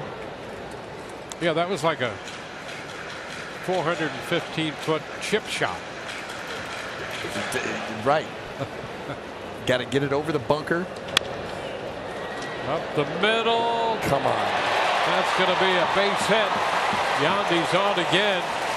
Bichette tried to get over there, up the middle, and just could not get there. So Yandy, 3 for 3. He's also been hit by a pitch. Look at the swing. He's just trying to protect with 2 strikes. That's all he's doing. Let me just try to put the ball in play. And when things are going good, they're going good. You find that hole right up the middle. The Rays, who had 7 hits off Ryu, picking up their first hit off Green, and a big cut and miss by Harold Ramirez. As we know, he can be very aggressive early in the count. We're trying to unload one there.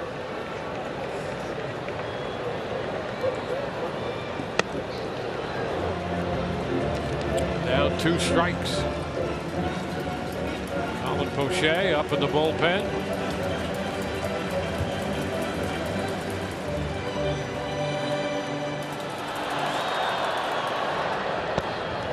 Walked on a pitch in the dirt. 1 on with 1 out.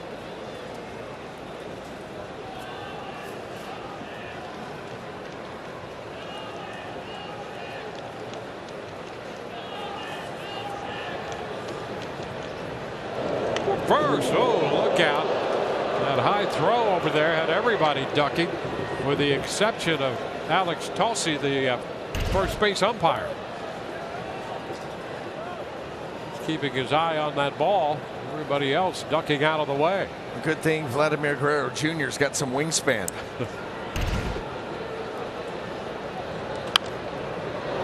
A ball right side back into the stands.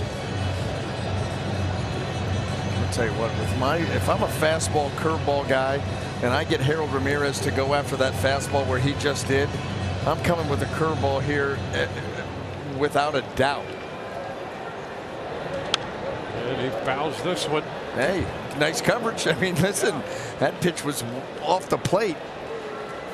Nice job by Harold. But you know what? We've been talking about that all year. Early in counts, Harold so aggressive. But then with 2 strikes, he will try and do what it takes to be able to put that ball into play. And there he is, fouling another one out of play. Look at the difference of the last 2 swings compared to the first couple of the at-bat. First couple of the at-bat, he is looking to do damage. And then he gets to 2 strikes and he goes, okay, I may have to cut down just a little bit. Doesn't always work out. He's going to strike out from time to time, but it gives him a chance with 2 strikes to make something happen. And he is out on strikes. A little bit farther out and down. And the strikeout. Yeah, that's just a better pitch by Green. Just take it a little bit further away, like you said, down, and he's trying to reach and just foul that pitch off and is not able to reach it.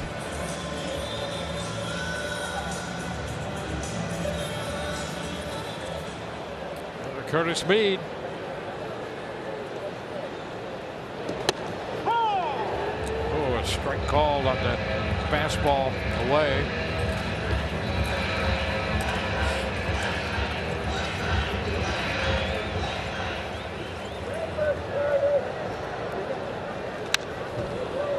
And he's down in the count.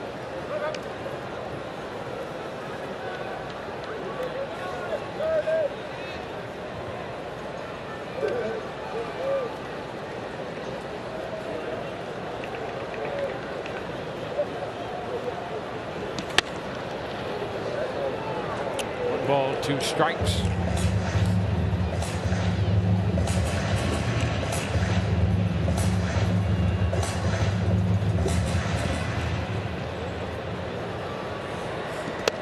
A big cut and miss. 2 strikeouts to close out the 6th. We go to the 7th inning. 5-4 Rays. sailing just a little bit, takes Yandy Diaz off the bag, and error that would have ended the inning.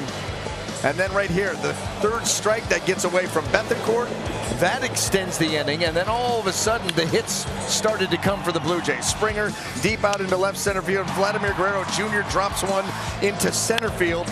Biggio gets one down into the corner, and the parade of runs coming around. Dwayne, that was another inning where the Rays started out 1 out, 2 out, nobody on. And the Blue Jays, with the help of an error and a third strike that got away from Bethancourt, they were able to plate the 4 runs. Yeah, they've done that 5 of the first 6 innings. That's incredible. Merrifield is going to pinch hit with Colin Poche in the game. Whit Merrifield takes a strike. He's hitting in the place of Varsho. Snyder and Kiermaier due to follow.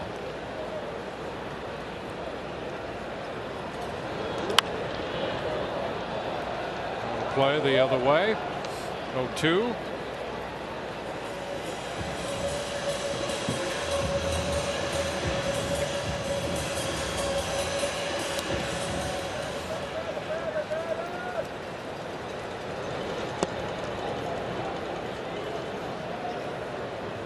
One ball, 2 strikes.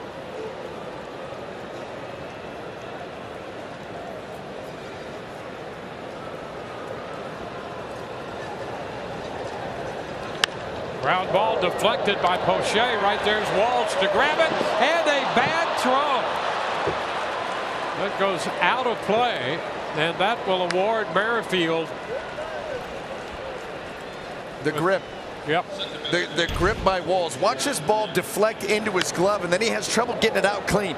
Right there. He's struggling with that grip, and he never got a good one on it. And that's why that ball sailed. Watch this as he reaches in. Uh-oh, he got the outside of his glove. Then he tries to find the baseball. Right, watch him grab the outside of his glove. His hand, now he's got to get it in there. Gets that ball. He's almost holding it like a changeup, like a palm ball. That's why that ball sailed. That's a great camera shot right there, by the way, of how that happened. Well, it turns out to be an error charge to Walls on the throw, allowing Merrifield to move into scoring position.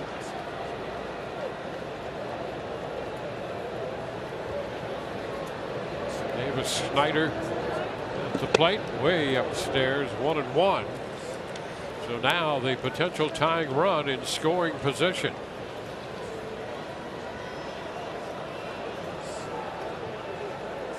Snyder here against the lefty. He has been very productive against left-handed pitching. Skies it back into center. It's going to be caught by Margot and tag. Merrifield's going to go to third, and he will make it easily. That's a big move up right there. That is a huge move up, getting to third with less than 2 in a 1-run game. I didn't think that he was going to attempt that. Manuel Margot is setting up, and I'm just going to challenge the arm. That's all.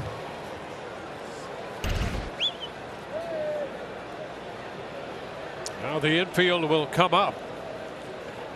Kevin Kiermaier against Poche.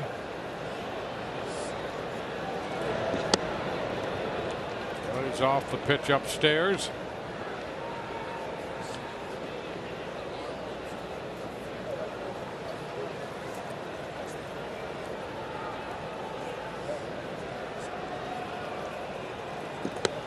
It's a cut and miss. 1-1. Merrifield reached on the air. He's now at third.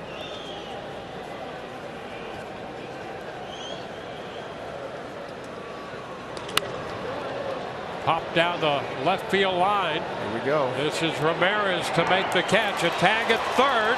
Merrifield's going to try to score. He is out at the plate. The Rays cut him down. Harold Ramirez made the catch. Merrifield tag trying to score. Ron Culpa on the call at the plate. And that will not be challenged. Boy, look at the throw by Harold Ramirez. He's got a tough angle inside the line, and Bethancourt gives him a great chance. One hand, got him.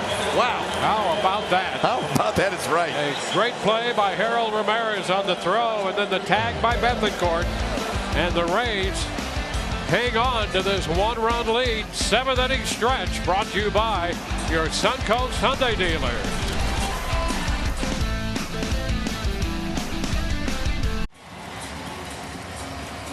Look back through the first quarter century of Tampa Bay Rays history. Book highlights notable moments in Rays history and the pursuit of the team. Available for purchase in-store and online at thebayrepublic.com. Well, the Rays hold on to this one-run lead coming into bat at the bottom of the 7th inning against Chad Green. Isaac Paredes fouling the first pitch back. Whit Merrifield stays on, taking over in left.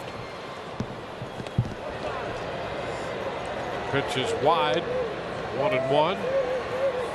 Merrifield pinch hitting for Varsho, and so he's now in left field. It's off the plate, 2-1.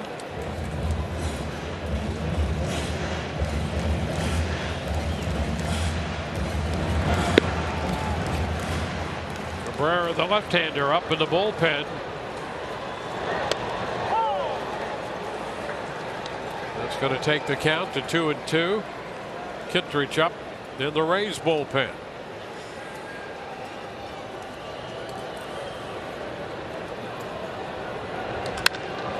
Headed toward right center field, but it's going to be caught. Biggio got over there and made the grab. Big story time, Dwayne, and we're going to go north, straight north, into the 216. Cleveland, Ohio. Santander off the bat. It gets over the head up against the wall. Imagine that. Gunnar Henderson scoring another run. 1-0 Orioles, top one. Well, what a difference he's made on that team as well. Every time we go to the 216, Gunnar Henderson's rounding third. Yep. But guess what? Cleveland walked him off last night, and they beat him the first 2 games of their series. Yep. That 4-game series, Cleveland's taken the first 2. First 2 pitches to Caminero here. Strikes. He's down 0-2. I settled in on the couch, flipped that on just as the bottom of the 9th started. Timing is everything. 1 ball, 2 strikes. Kevin Cash and the Rays a game and a half back. 2 in the loss column. Foul ball on the fastball up at 96.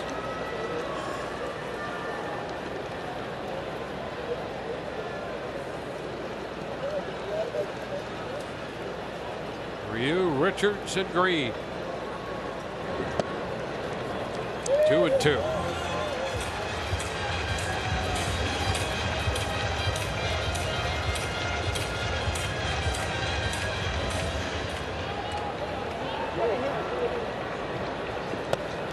Well, now full count. I'm going to tell you what.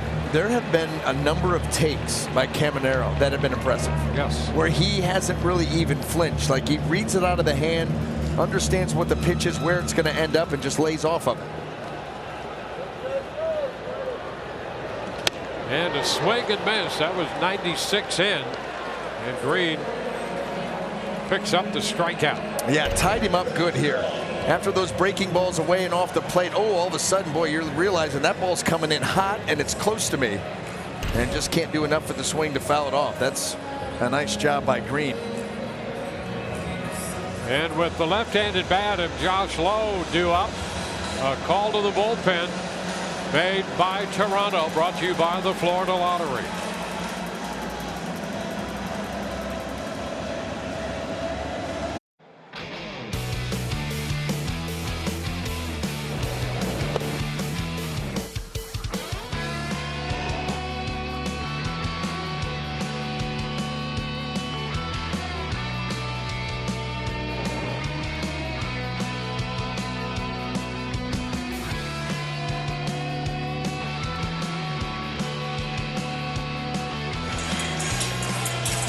Well, time for our new teeth now game summary as the Rays lead this one 5-4. At one point they had a 5-0 lead. The offense got busy early. I don't know what it is about the 6th inning here, but Last night, the Blue Jays able to score 4 in the 6th. They scored 4 in the 6th in this ball game to tighten it up. Junior Caminero, his first at-bat as a big leaguer. He takes a walk, second at-bat, first pitch curveball, line into left field, gets that out of the way, and now looking to help lead the Rays to a win. And Genesis Cabrera, the new pitcher, lefty on lefty here with Josh Lowe, who has homered and singled 2 for 3. 1-0 the count. And it's foul the other way, out of play.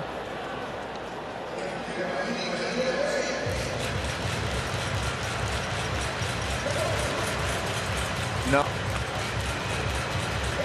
Ryu, Richards, Green, and now Cabrera on the mound for Toronto. Rounds him up and in there with 98. 1-2.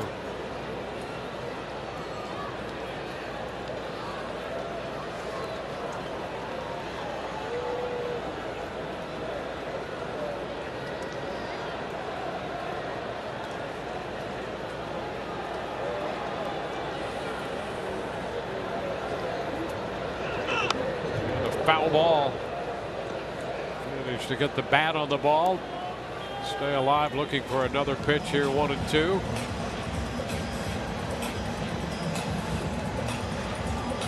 Rays got all 5 of their runs off the Toronto starter Ryu.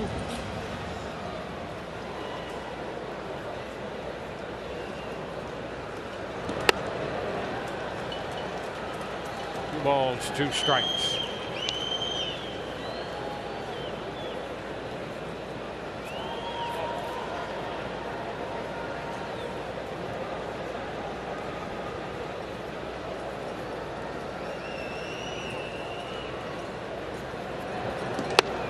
Swing and miss at 98. And we are through 7 with the Rays leading 5-4.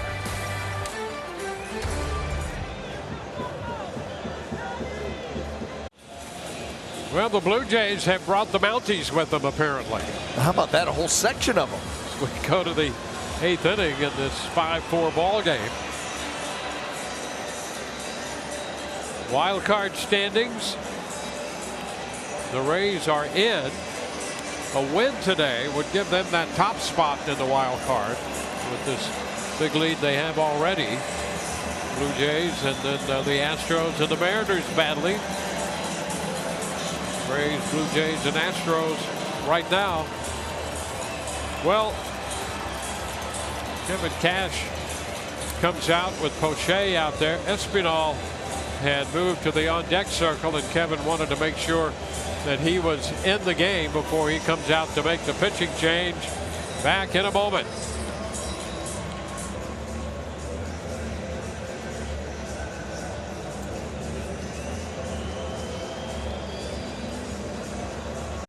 Well, the Rays with the slimmest of leads here, 5-4 as we head into the top of the 8th inning. Guess what? Toronto Blue Jays trying to tie this ball game up in the 7th. 1 out, runner at third. Sacrifice fly attempt by Kevin Kiermaier, but Harold Ramirez gunning him down. Our Chevy play of the game, getting rid of that ball, keeping it inside the baseline, giving Bethancourt a good ball to handle, the ability to make that tag, and all smiles coming back to the dugout.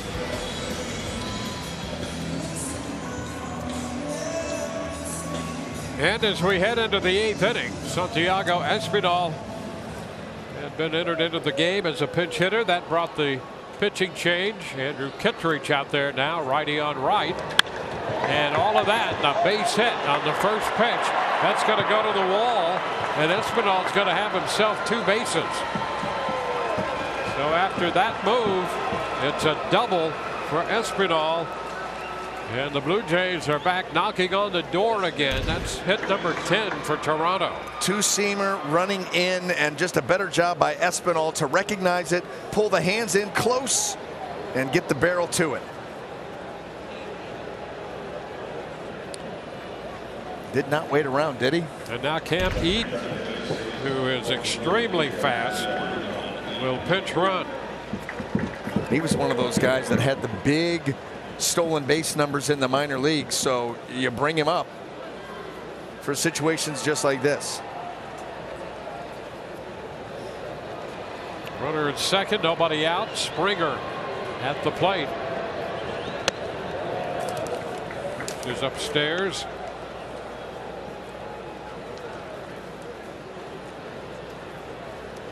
Rays get Fairbanks up in the bullpen right now.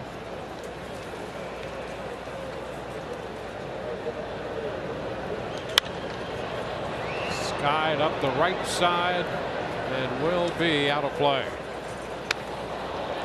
Strike two. There's Fairbanks. Getting ready in a hurry. Yeah, Eden had 53 stolen bases for AAA Buffalo this year. In fact, he was 27 out of 27 at Salem Field, their home ballpark. And that pitch in. And Springer asking for time. And sudden move there on that pitch as it came in. Let's take a look.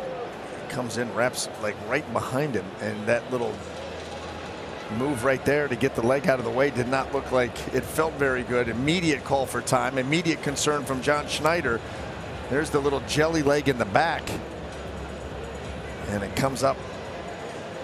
Did not look comfortable, but he's going to stay in there.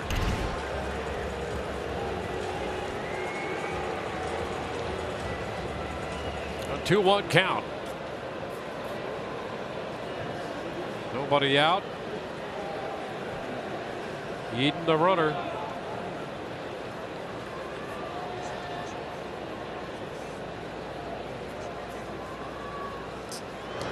And a ground ball headed to short. The play is going to be to first. Eden goes to third. Springer is out number one.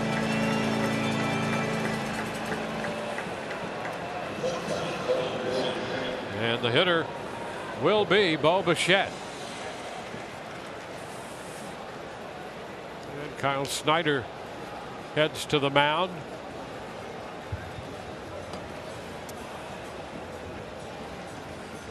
The Rays scored 4 in the first. They got another run in the fourth.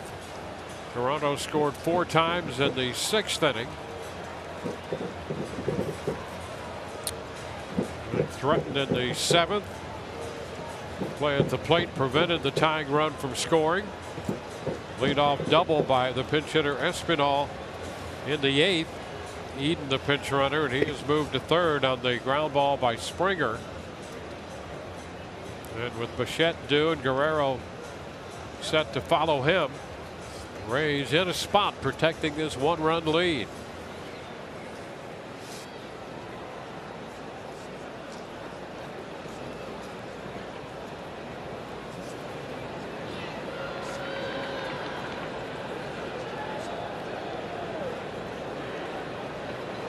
So the infield up. Bichette 2 for 4. The pitch he takes inside.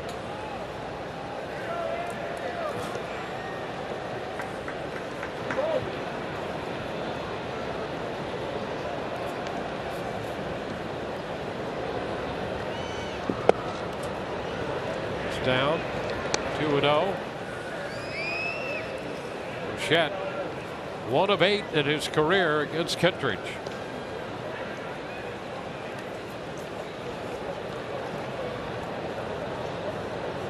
Kittredge behind in the count, 2-0 to Bichette, and a big cut and miss.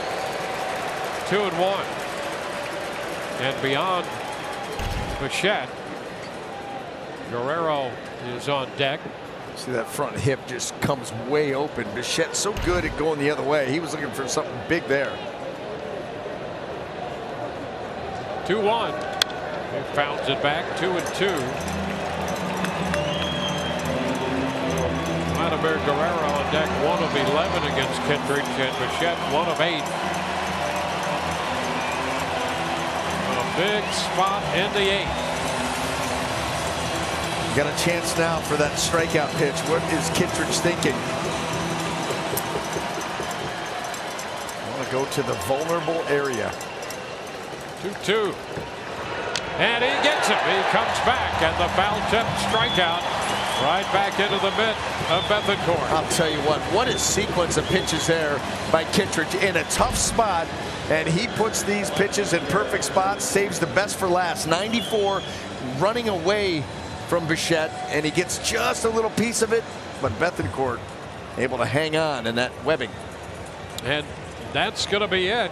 Kevin Cash comes out to make the change. They have Fairbanks ready in the bullpen.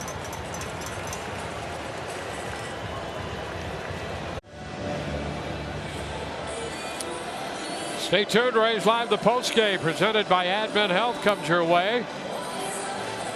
Rich and Doug anchoring the postgame coverage. We'll hear from Kevin Cash and interviews as usual from the clubhouse. Well, a major spot right here. Kittredge was in there. He was, speaking of Guerrero, 1 of 11 against Kittredge. The call goes out now to Pete Fairbanks. And Guerrero is 1 of 8 with 4 strikeouts against the hard-throwing right-hander. 2 outs, potential tying run at third. So the matchup, Fairbanks and Guerrero. And the first pitch inside, up and in at 98. A little uncomfortable right there. That fastball getting away from Fairbanks, but also sending kind of a message. They'll be diving out over the plate in this at-bat. And that's just off the plate, and the count is 2-0.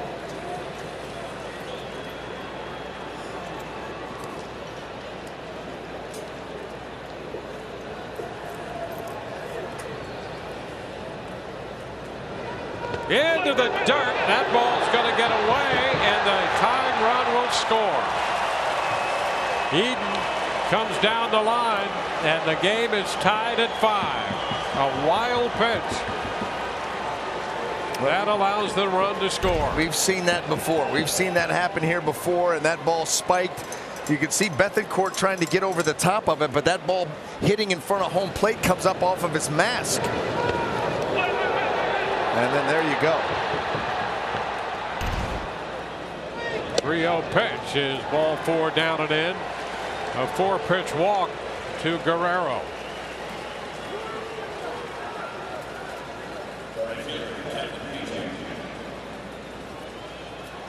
Kevin Biggio will be the hitter. He has 2 doubles and a run batted in the game.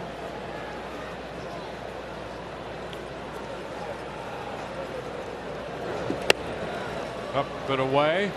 Well, these misses have not been very close. Another 1 or 2 of those, and you're going to see Kyle Snyder come out, kind of ramping up on that fastball. A lot of them shooting high and away to that arm side.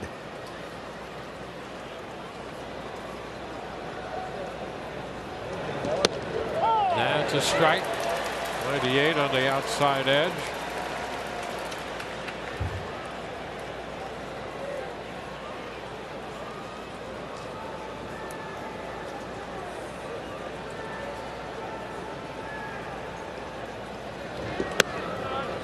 Well, 2 balls and a strike.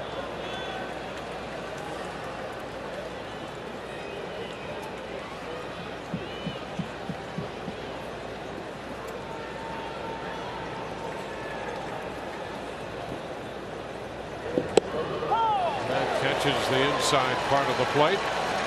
2-2.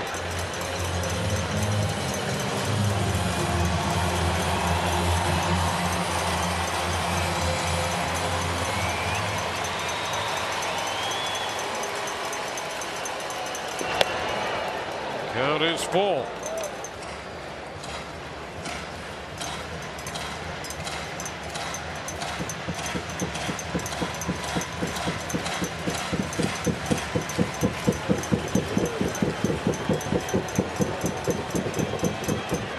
The move, and the pitch is down, so back-to-back walks.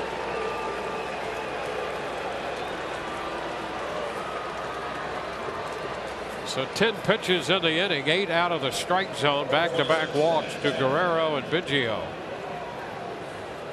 And here is Matt Chapman.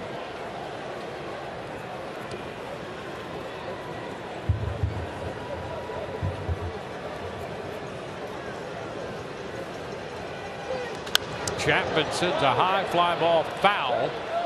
That's going to wind up out of play.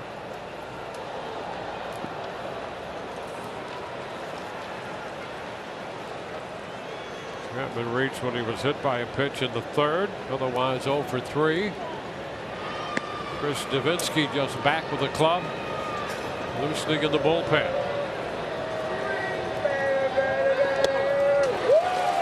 1-1. 0-2, beg your pardon, foul ball, and then the 99 runs it to 0-2.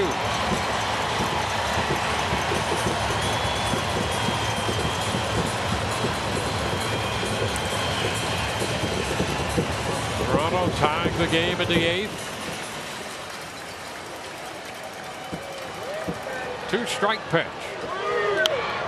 That's foul right back.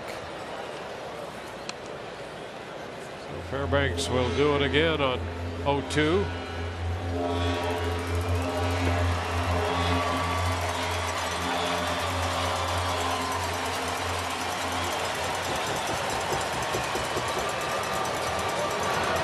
And he hits him. That's 99, and Chapman is hit by the pitch. 2 walks and a hit batter.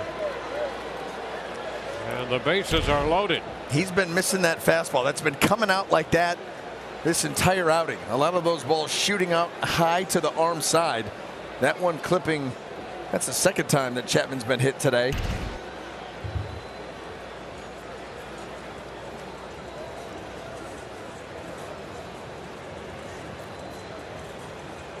So no margin for error now with 2 outs in a tie game, and the bases are loaded.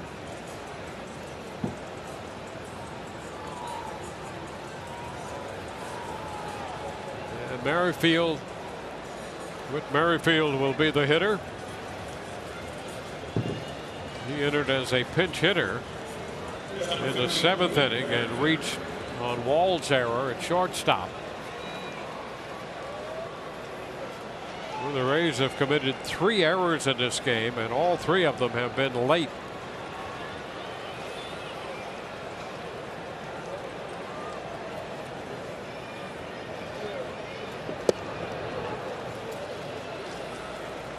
Slider down.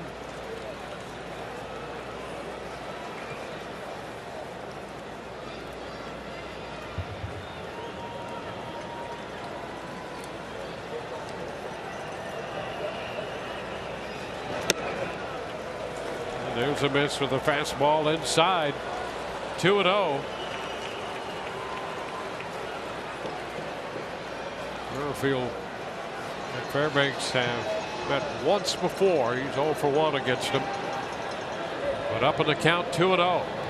He's taking, and that's ball 3 by a wide margin. And Fairbanks cannot find the zone. 17 pitches. 5 strikes and 12 pitches out of the zone.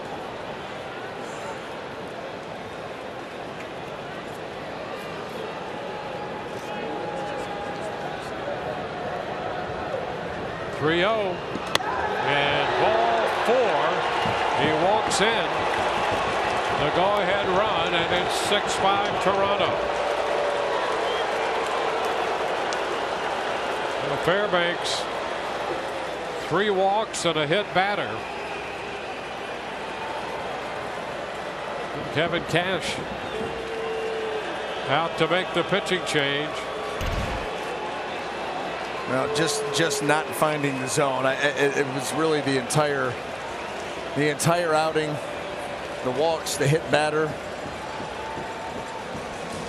That's a tough place to be. Back with a new pitcher in a moment. Well, a very difficult last couple of innings here in this game. The Rays suddenly find themselves trailing 6-5 after building a 5-0 lead. You know, and it's the story of this 5-0 lead getting away from the Rays has been a story of unforced errors.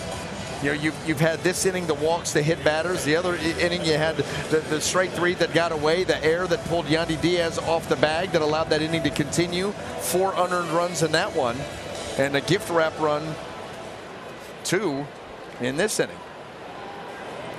David Snyder is the hitter. Bases loaded. Here's Davinsky's first pitch. There's a strike call. He gets a call there to start this run of pitches to Snyder. Boy, that pitch did not look close, but the Rays right now will take anything. 1-1.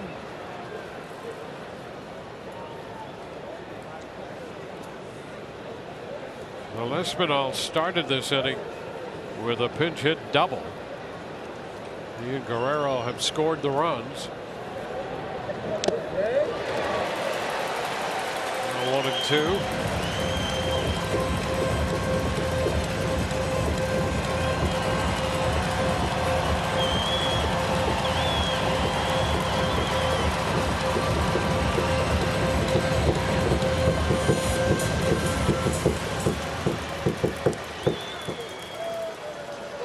And a swing and miss. Davinsky gets the strikeout. Take a look at the strikeout pitch as we go to break. Toronto scores 2, taking a 6-5 lead.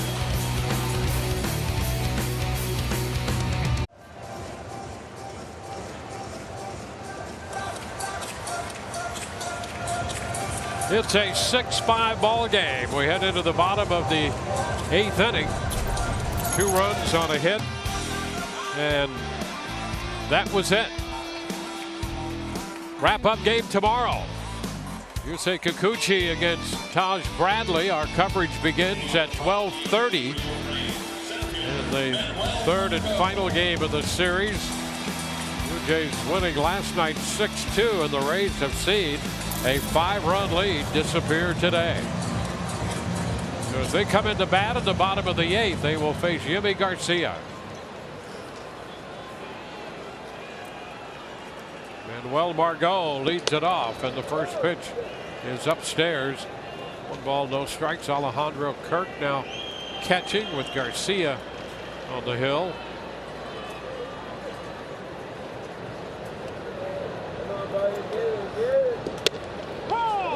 That's a strike. You saw when you looked at the numbers of Garcia: fastball, curveball, slider, and a changeup. Get that fastball up in that 96, 97 range.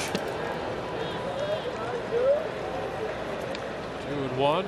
He's part of a very strong Toronto bullpen with varied looks. A couple of deadline pickups that have really come on strong for this team. That's into left field. Is it going to hang up? It will, and is caught by Whit Merrifield. I did not think that he was going to get to that. I thought that ball was going to die and end up in front of Merrifield, but he takes a great route, times it perfectly, and is able to put that. It's not easy too when you're diving straight at a baseball. That's not the easiest of plays. He plays it a little bit off to the side, and that's a big first out. Yeah, I'm with you. Off the bat, I thought that was going to drop. And now Jonathan Aranda will pinch hit for Bethancourt. The left-handed bat against Garcia. Small.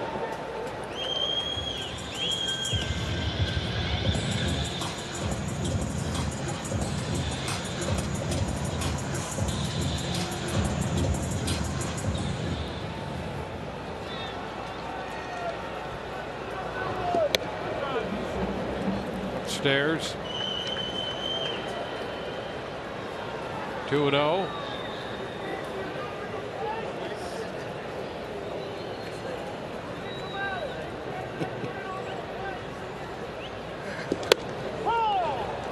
That's a strike call, very top of the zone.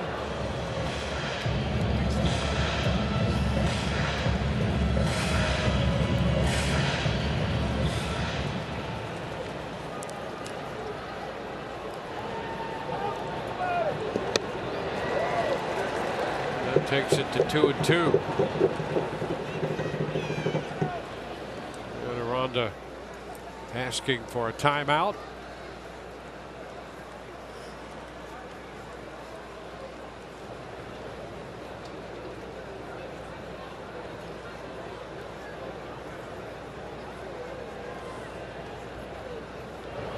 A 2-2.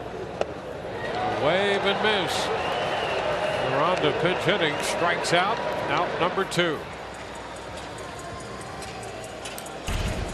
No, he slows it down with that little curveball. That 84-mile-an-hour, kind of flat. And he's able to get Aranda out over the top.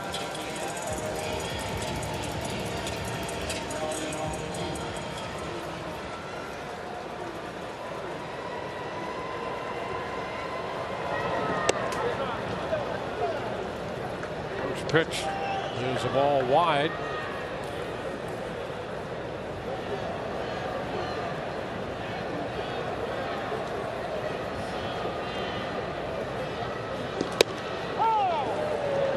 It's 1-1.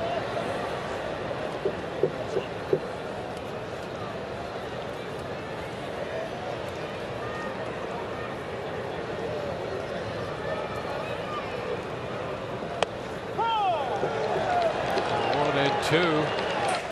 Pitch down around the outside edge.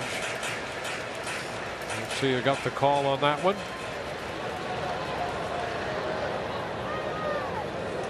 And a swing and miss. He goes upstairs with 96. And the Rays are up and down 1-2-3. We go to the ninth. 6-5 Toronto.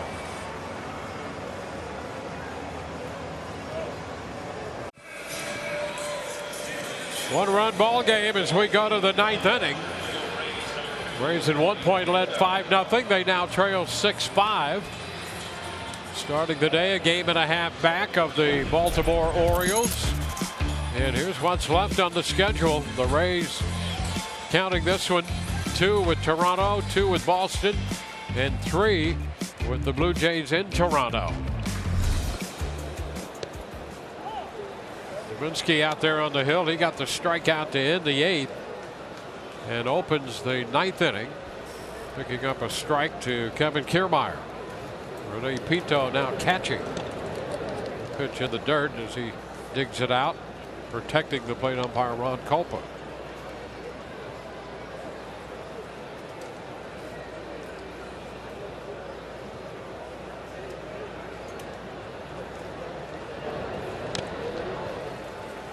Two.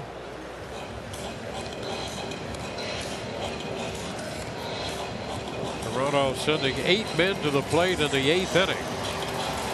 An inning in which they scored 2 runs on 1 hit. Chop foul. It counts 1-2 on Kiermaier.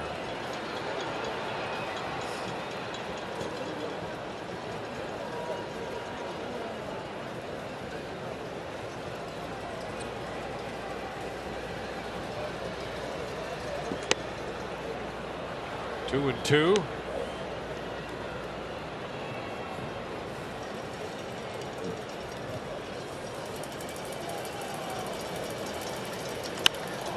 Into left center. It's going to hang up, and it's caught by Harold Ramirez.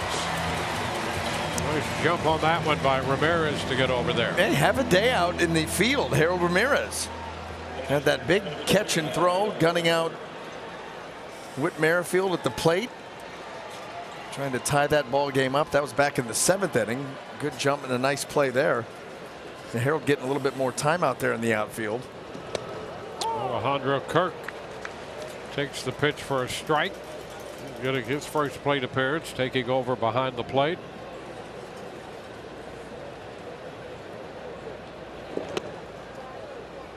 One and one.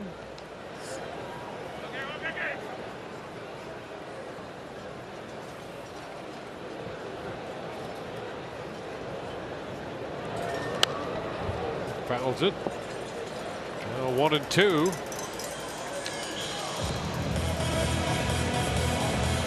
Kirk 0 for 3 last night with a bases loaded walk to pick up a run batted in.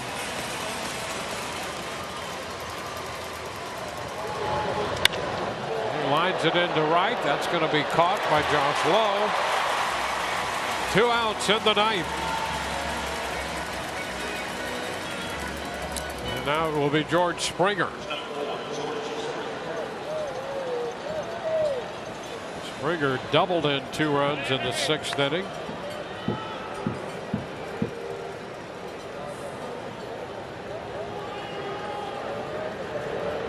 Making his 6th plate appearance of the day. And there's a strike.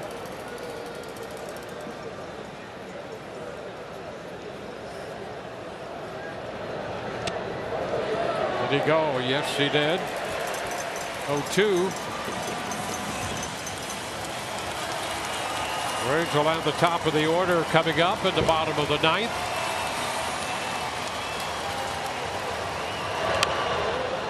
Tapper foul. The count holds at 2 strikes.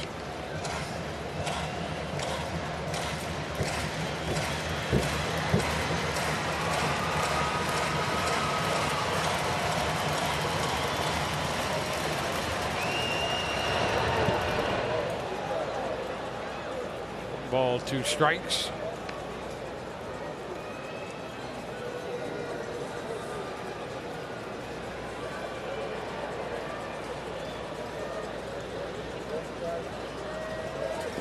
And a cut and miss. 1, 2, 3 in the 9th.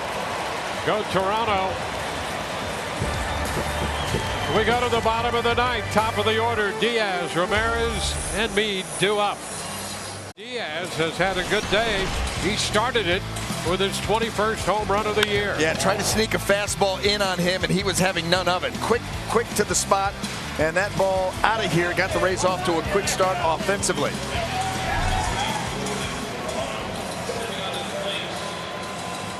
Jordan Romano, the new pitcher, the closer for Toronto.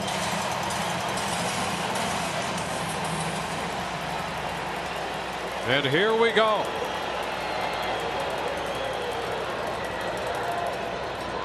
The first pitch is outside. Yandy with a home run. He's been hit by a pitch. He has a couple singles. 3 for 3 on the day. 2nd in the league in hitting now at .326, and he's trying to get something going here for the Rays in the bottom of the 9th inning. Romano picked up his 36th save.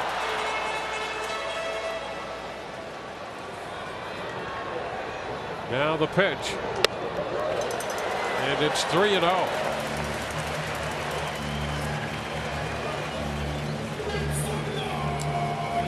Yandy 2 for 9 in his career against Romano.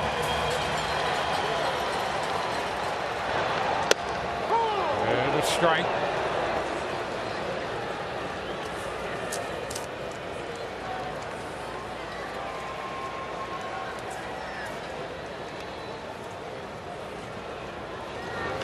And a shot that's fair. Down beyond the bullpen. Extra bases for Yandy. On his way to 2nd with a leadoff double. He represents the potential tying run. Walk him next time. I mean, you keep pitching to him and he keeps doing things. How about that? 3-1 fastball, middle away, stays right on it, lets it get into the zone, and then he barrels it right up the line. That ball came off the bat hot. 106.4. The other way. Yes. The other way. One thing to pull one at 106.4, but my goodness, is he swinging a hot bat. So Yandy will depart. Pinch runner, that's Tapia going to run for him. Raimel Tapia to run at first, or at 2nd for Yandy Diaz.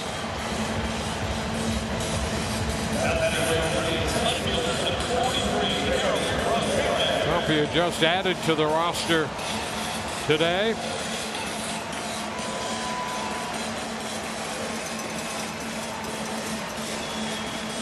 Tapia had been at Durham.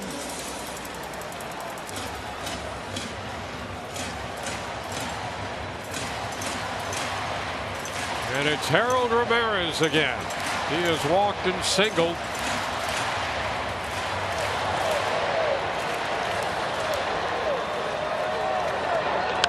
And a foul ball back into the screen, strike one.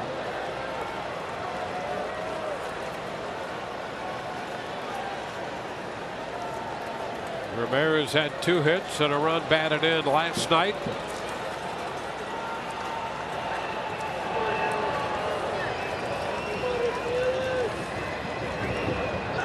And a ground ball, base hit into right. Tapia's going to go to third. They're going to have to hold him there. And it's first and third. Nobody out. Ball charged out there in right field. Another fastball, stays on it. These last 2 at-bats by Harold Ramirez and Yandy Diaz, letting that fastball get deep into the zone and then hammering it the other way. That ball was hit so sharply, Tapia had no chance. So you wisely hold him up. Ball off the bat, see it through and round hard. Sergio charging that ball. Now the infield comes up for Toronto. First and third. This is a chance for a big inning. This is a big gamble here by Toronto. And a foul ball by Curtis Mead. You know, you understand why they have to do it, to cut the run off at the plate. But if Curtis Mead can sneak one through and that run scores, now you're going to have first and third again, first and second. This is a chance here for the tough decision by Schneider, but he's obviously playing to win right now with Romano on the mound. And a line drive base hit. Here comes Tapia in to score. This game it's tied. The Rays have come right back. 3 hitters into the bottom of the 9th. Mead picks up his first hit of the day. And what a big hit it is for the Rays. Well, that ties it up. You're going to go with that slider away. Look, he stays right on it. Boy, nice job by Mead to be able to cover the plate, get to that baseball. Yandy Diaz setting the tone in at bat number 1. He's going to be, well, his spot is coming home to score. That's Raimel Tapia. But Yandy got it started. 3 really good at bats by the Rays here against Romano to start this inning off, and now they look to close it out. And here is Isaac Paredes, leading RBI guy on the team, and he fouls that first pitch back. A fastball. Romano 96 behind that one.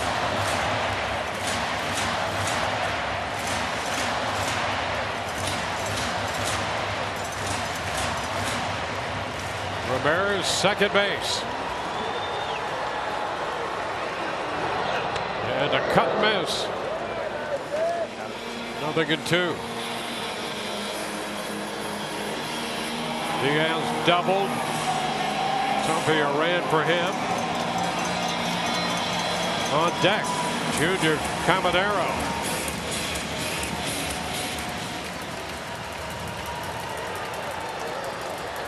Oh, 2 pitch.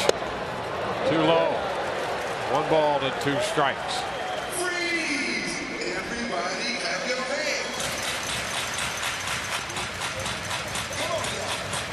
Tim Mesa, the tall lefty, in the bullpen. 1-2. That's wide. 2 balls, 2 strikes. Rays at 1 point led 5-0.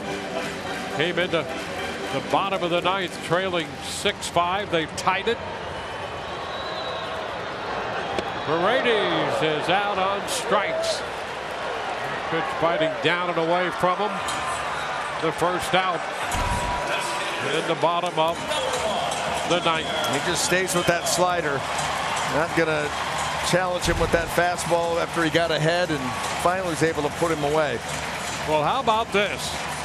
Junior Caminero making his major league debut as a walk and a single. He's up in the bottom of the 9th in this tie game.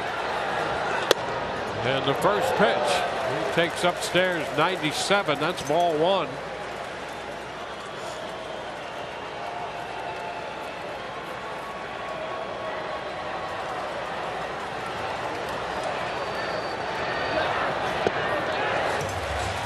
Down. 2 balls, no strikes.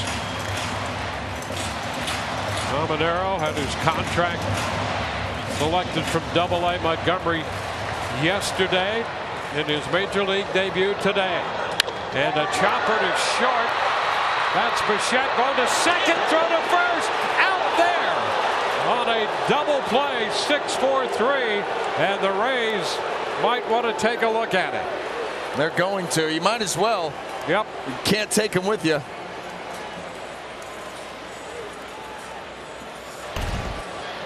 Tampa Bay There you go. That ball, you can see where the ball is right there, and that foot clearly on the bag. This will be a quick overturn. Inning stays alive. Nice hustle. And plus, you know what?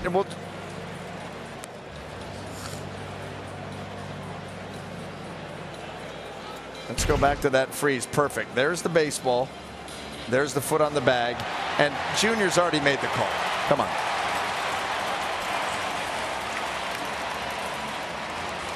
So Caminero beat that play to first.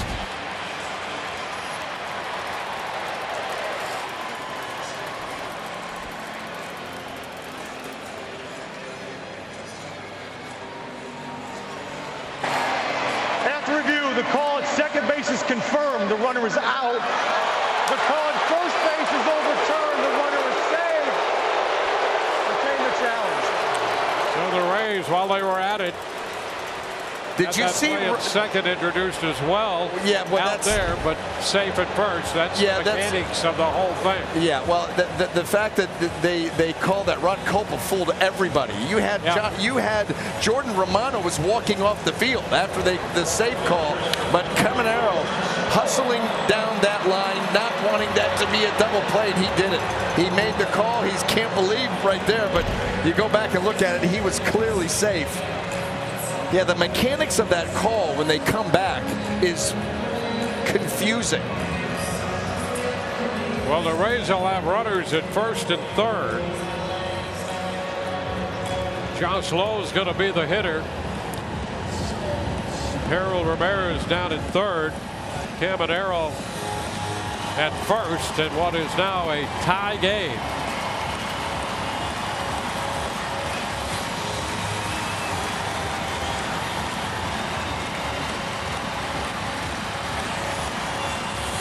So it will be Romano against Lowe.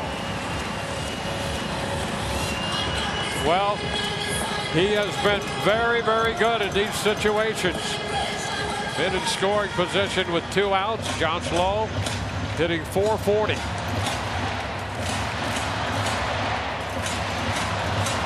Josh 1 for 2 in his career against Romano.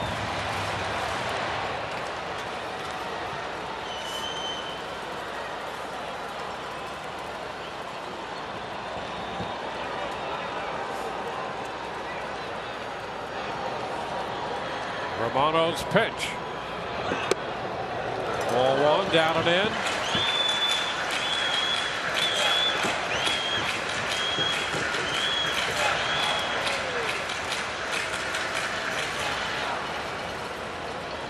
The double by Diaz opened this inning. And there's a shot up the left side, fair. Rays are going to win it. Josh Lowe walks it off. Up the left field line, just fair, and the Rays scored 2 in the bottom of the 9th inning to win this game 7-6.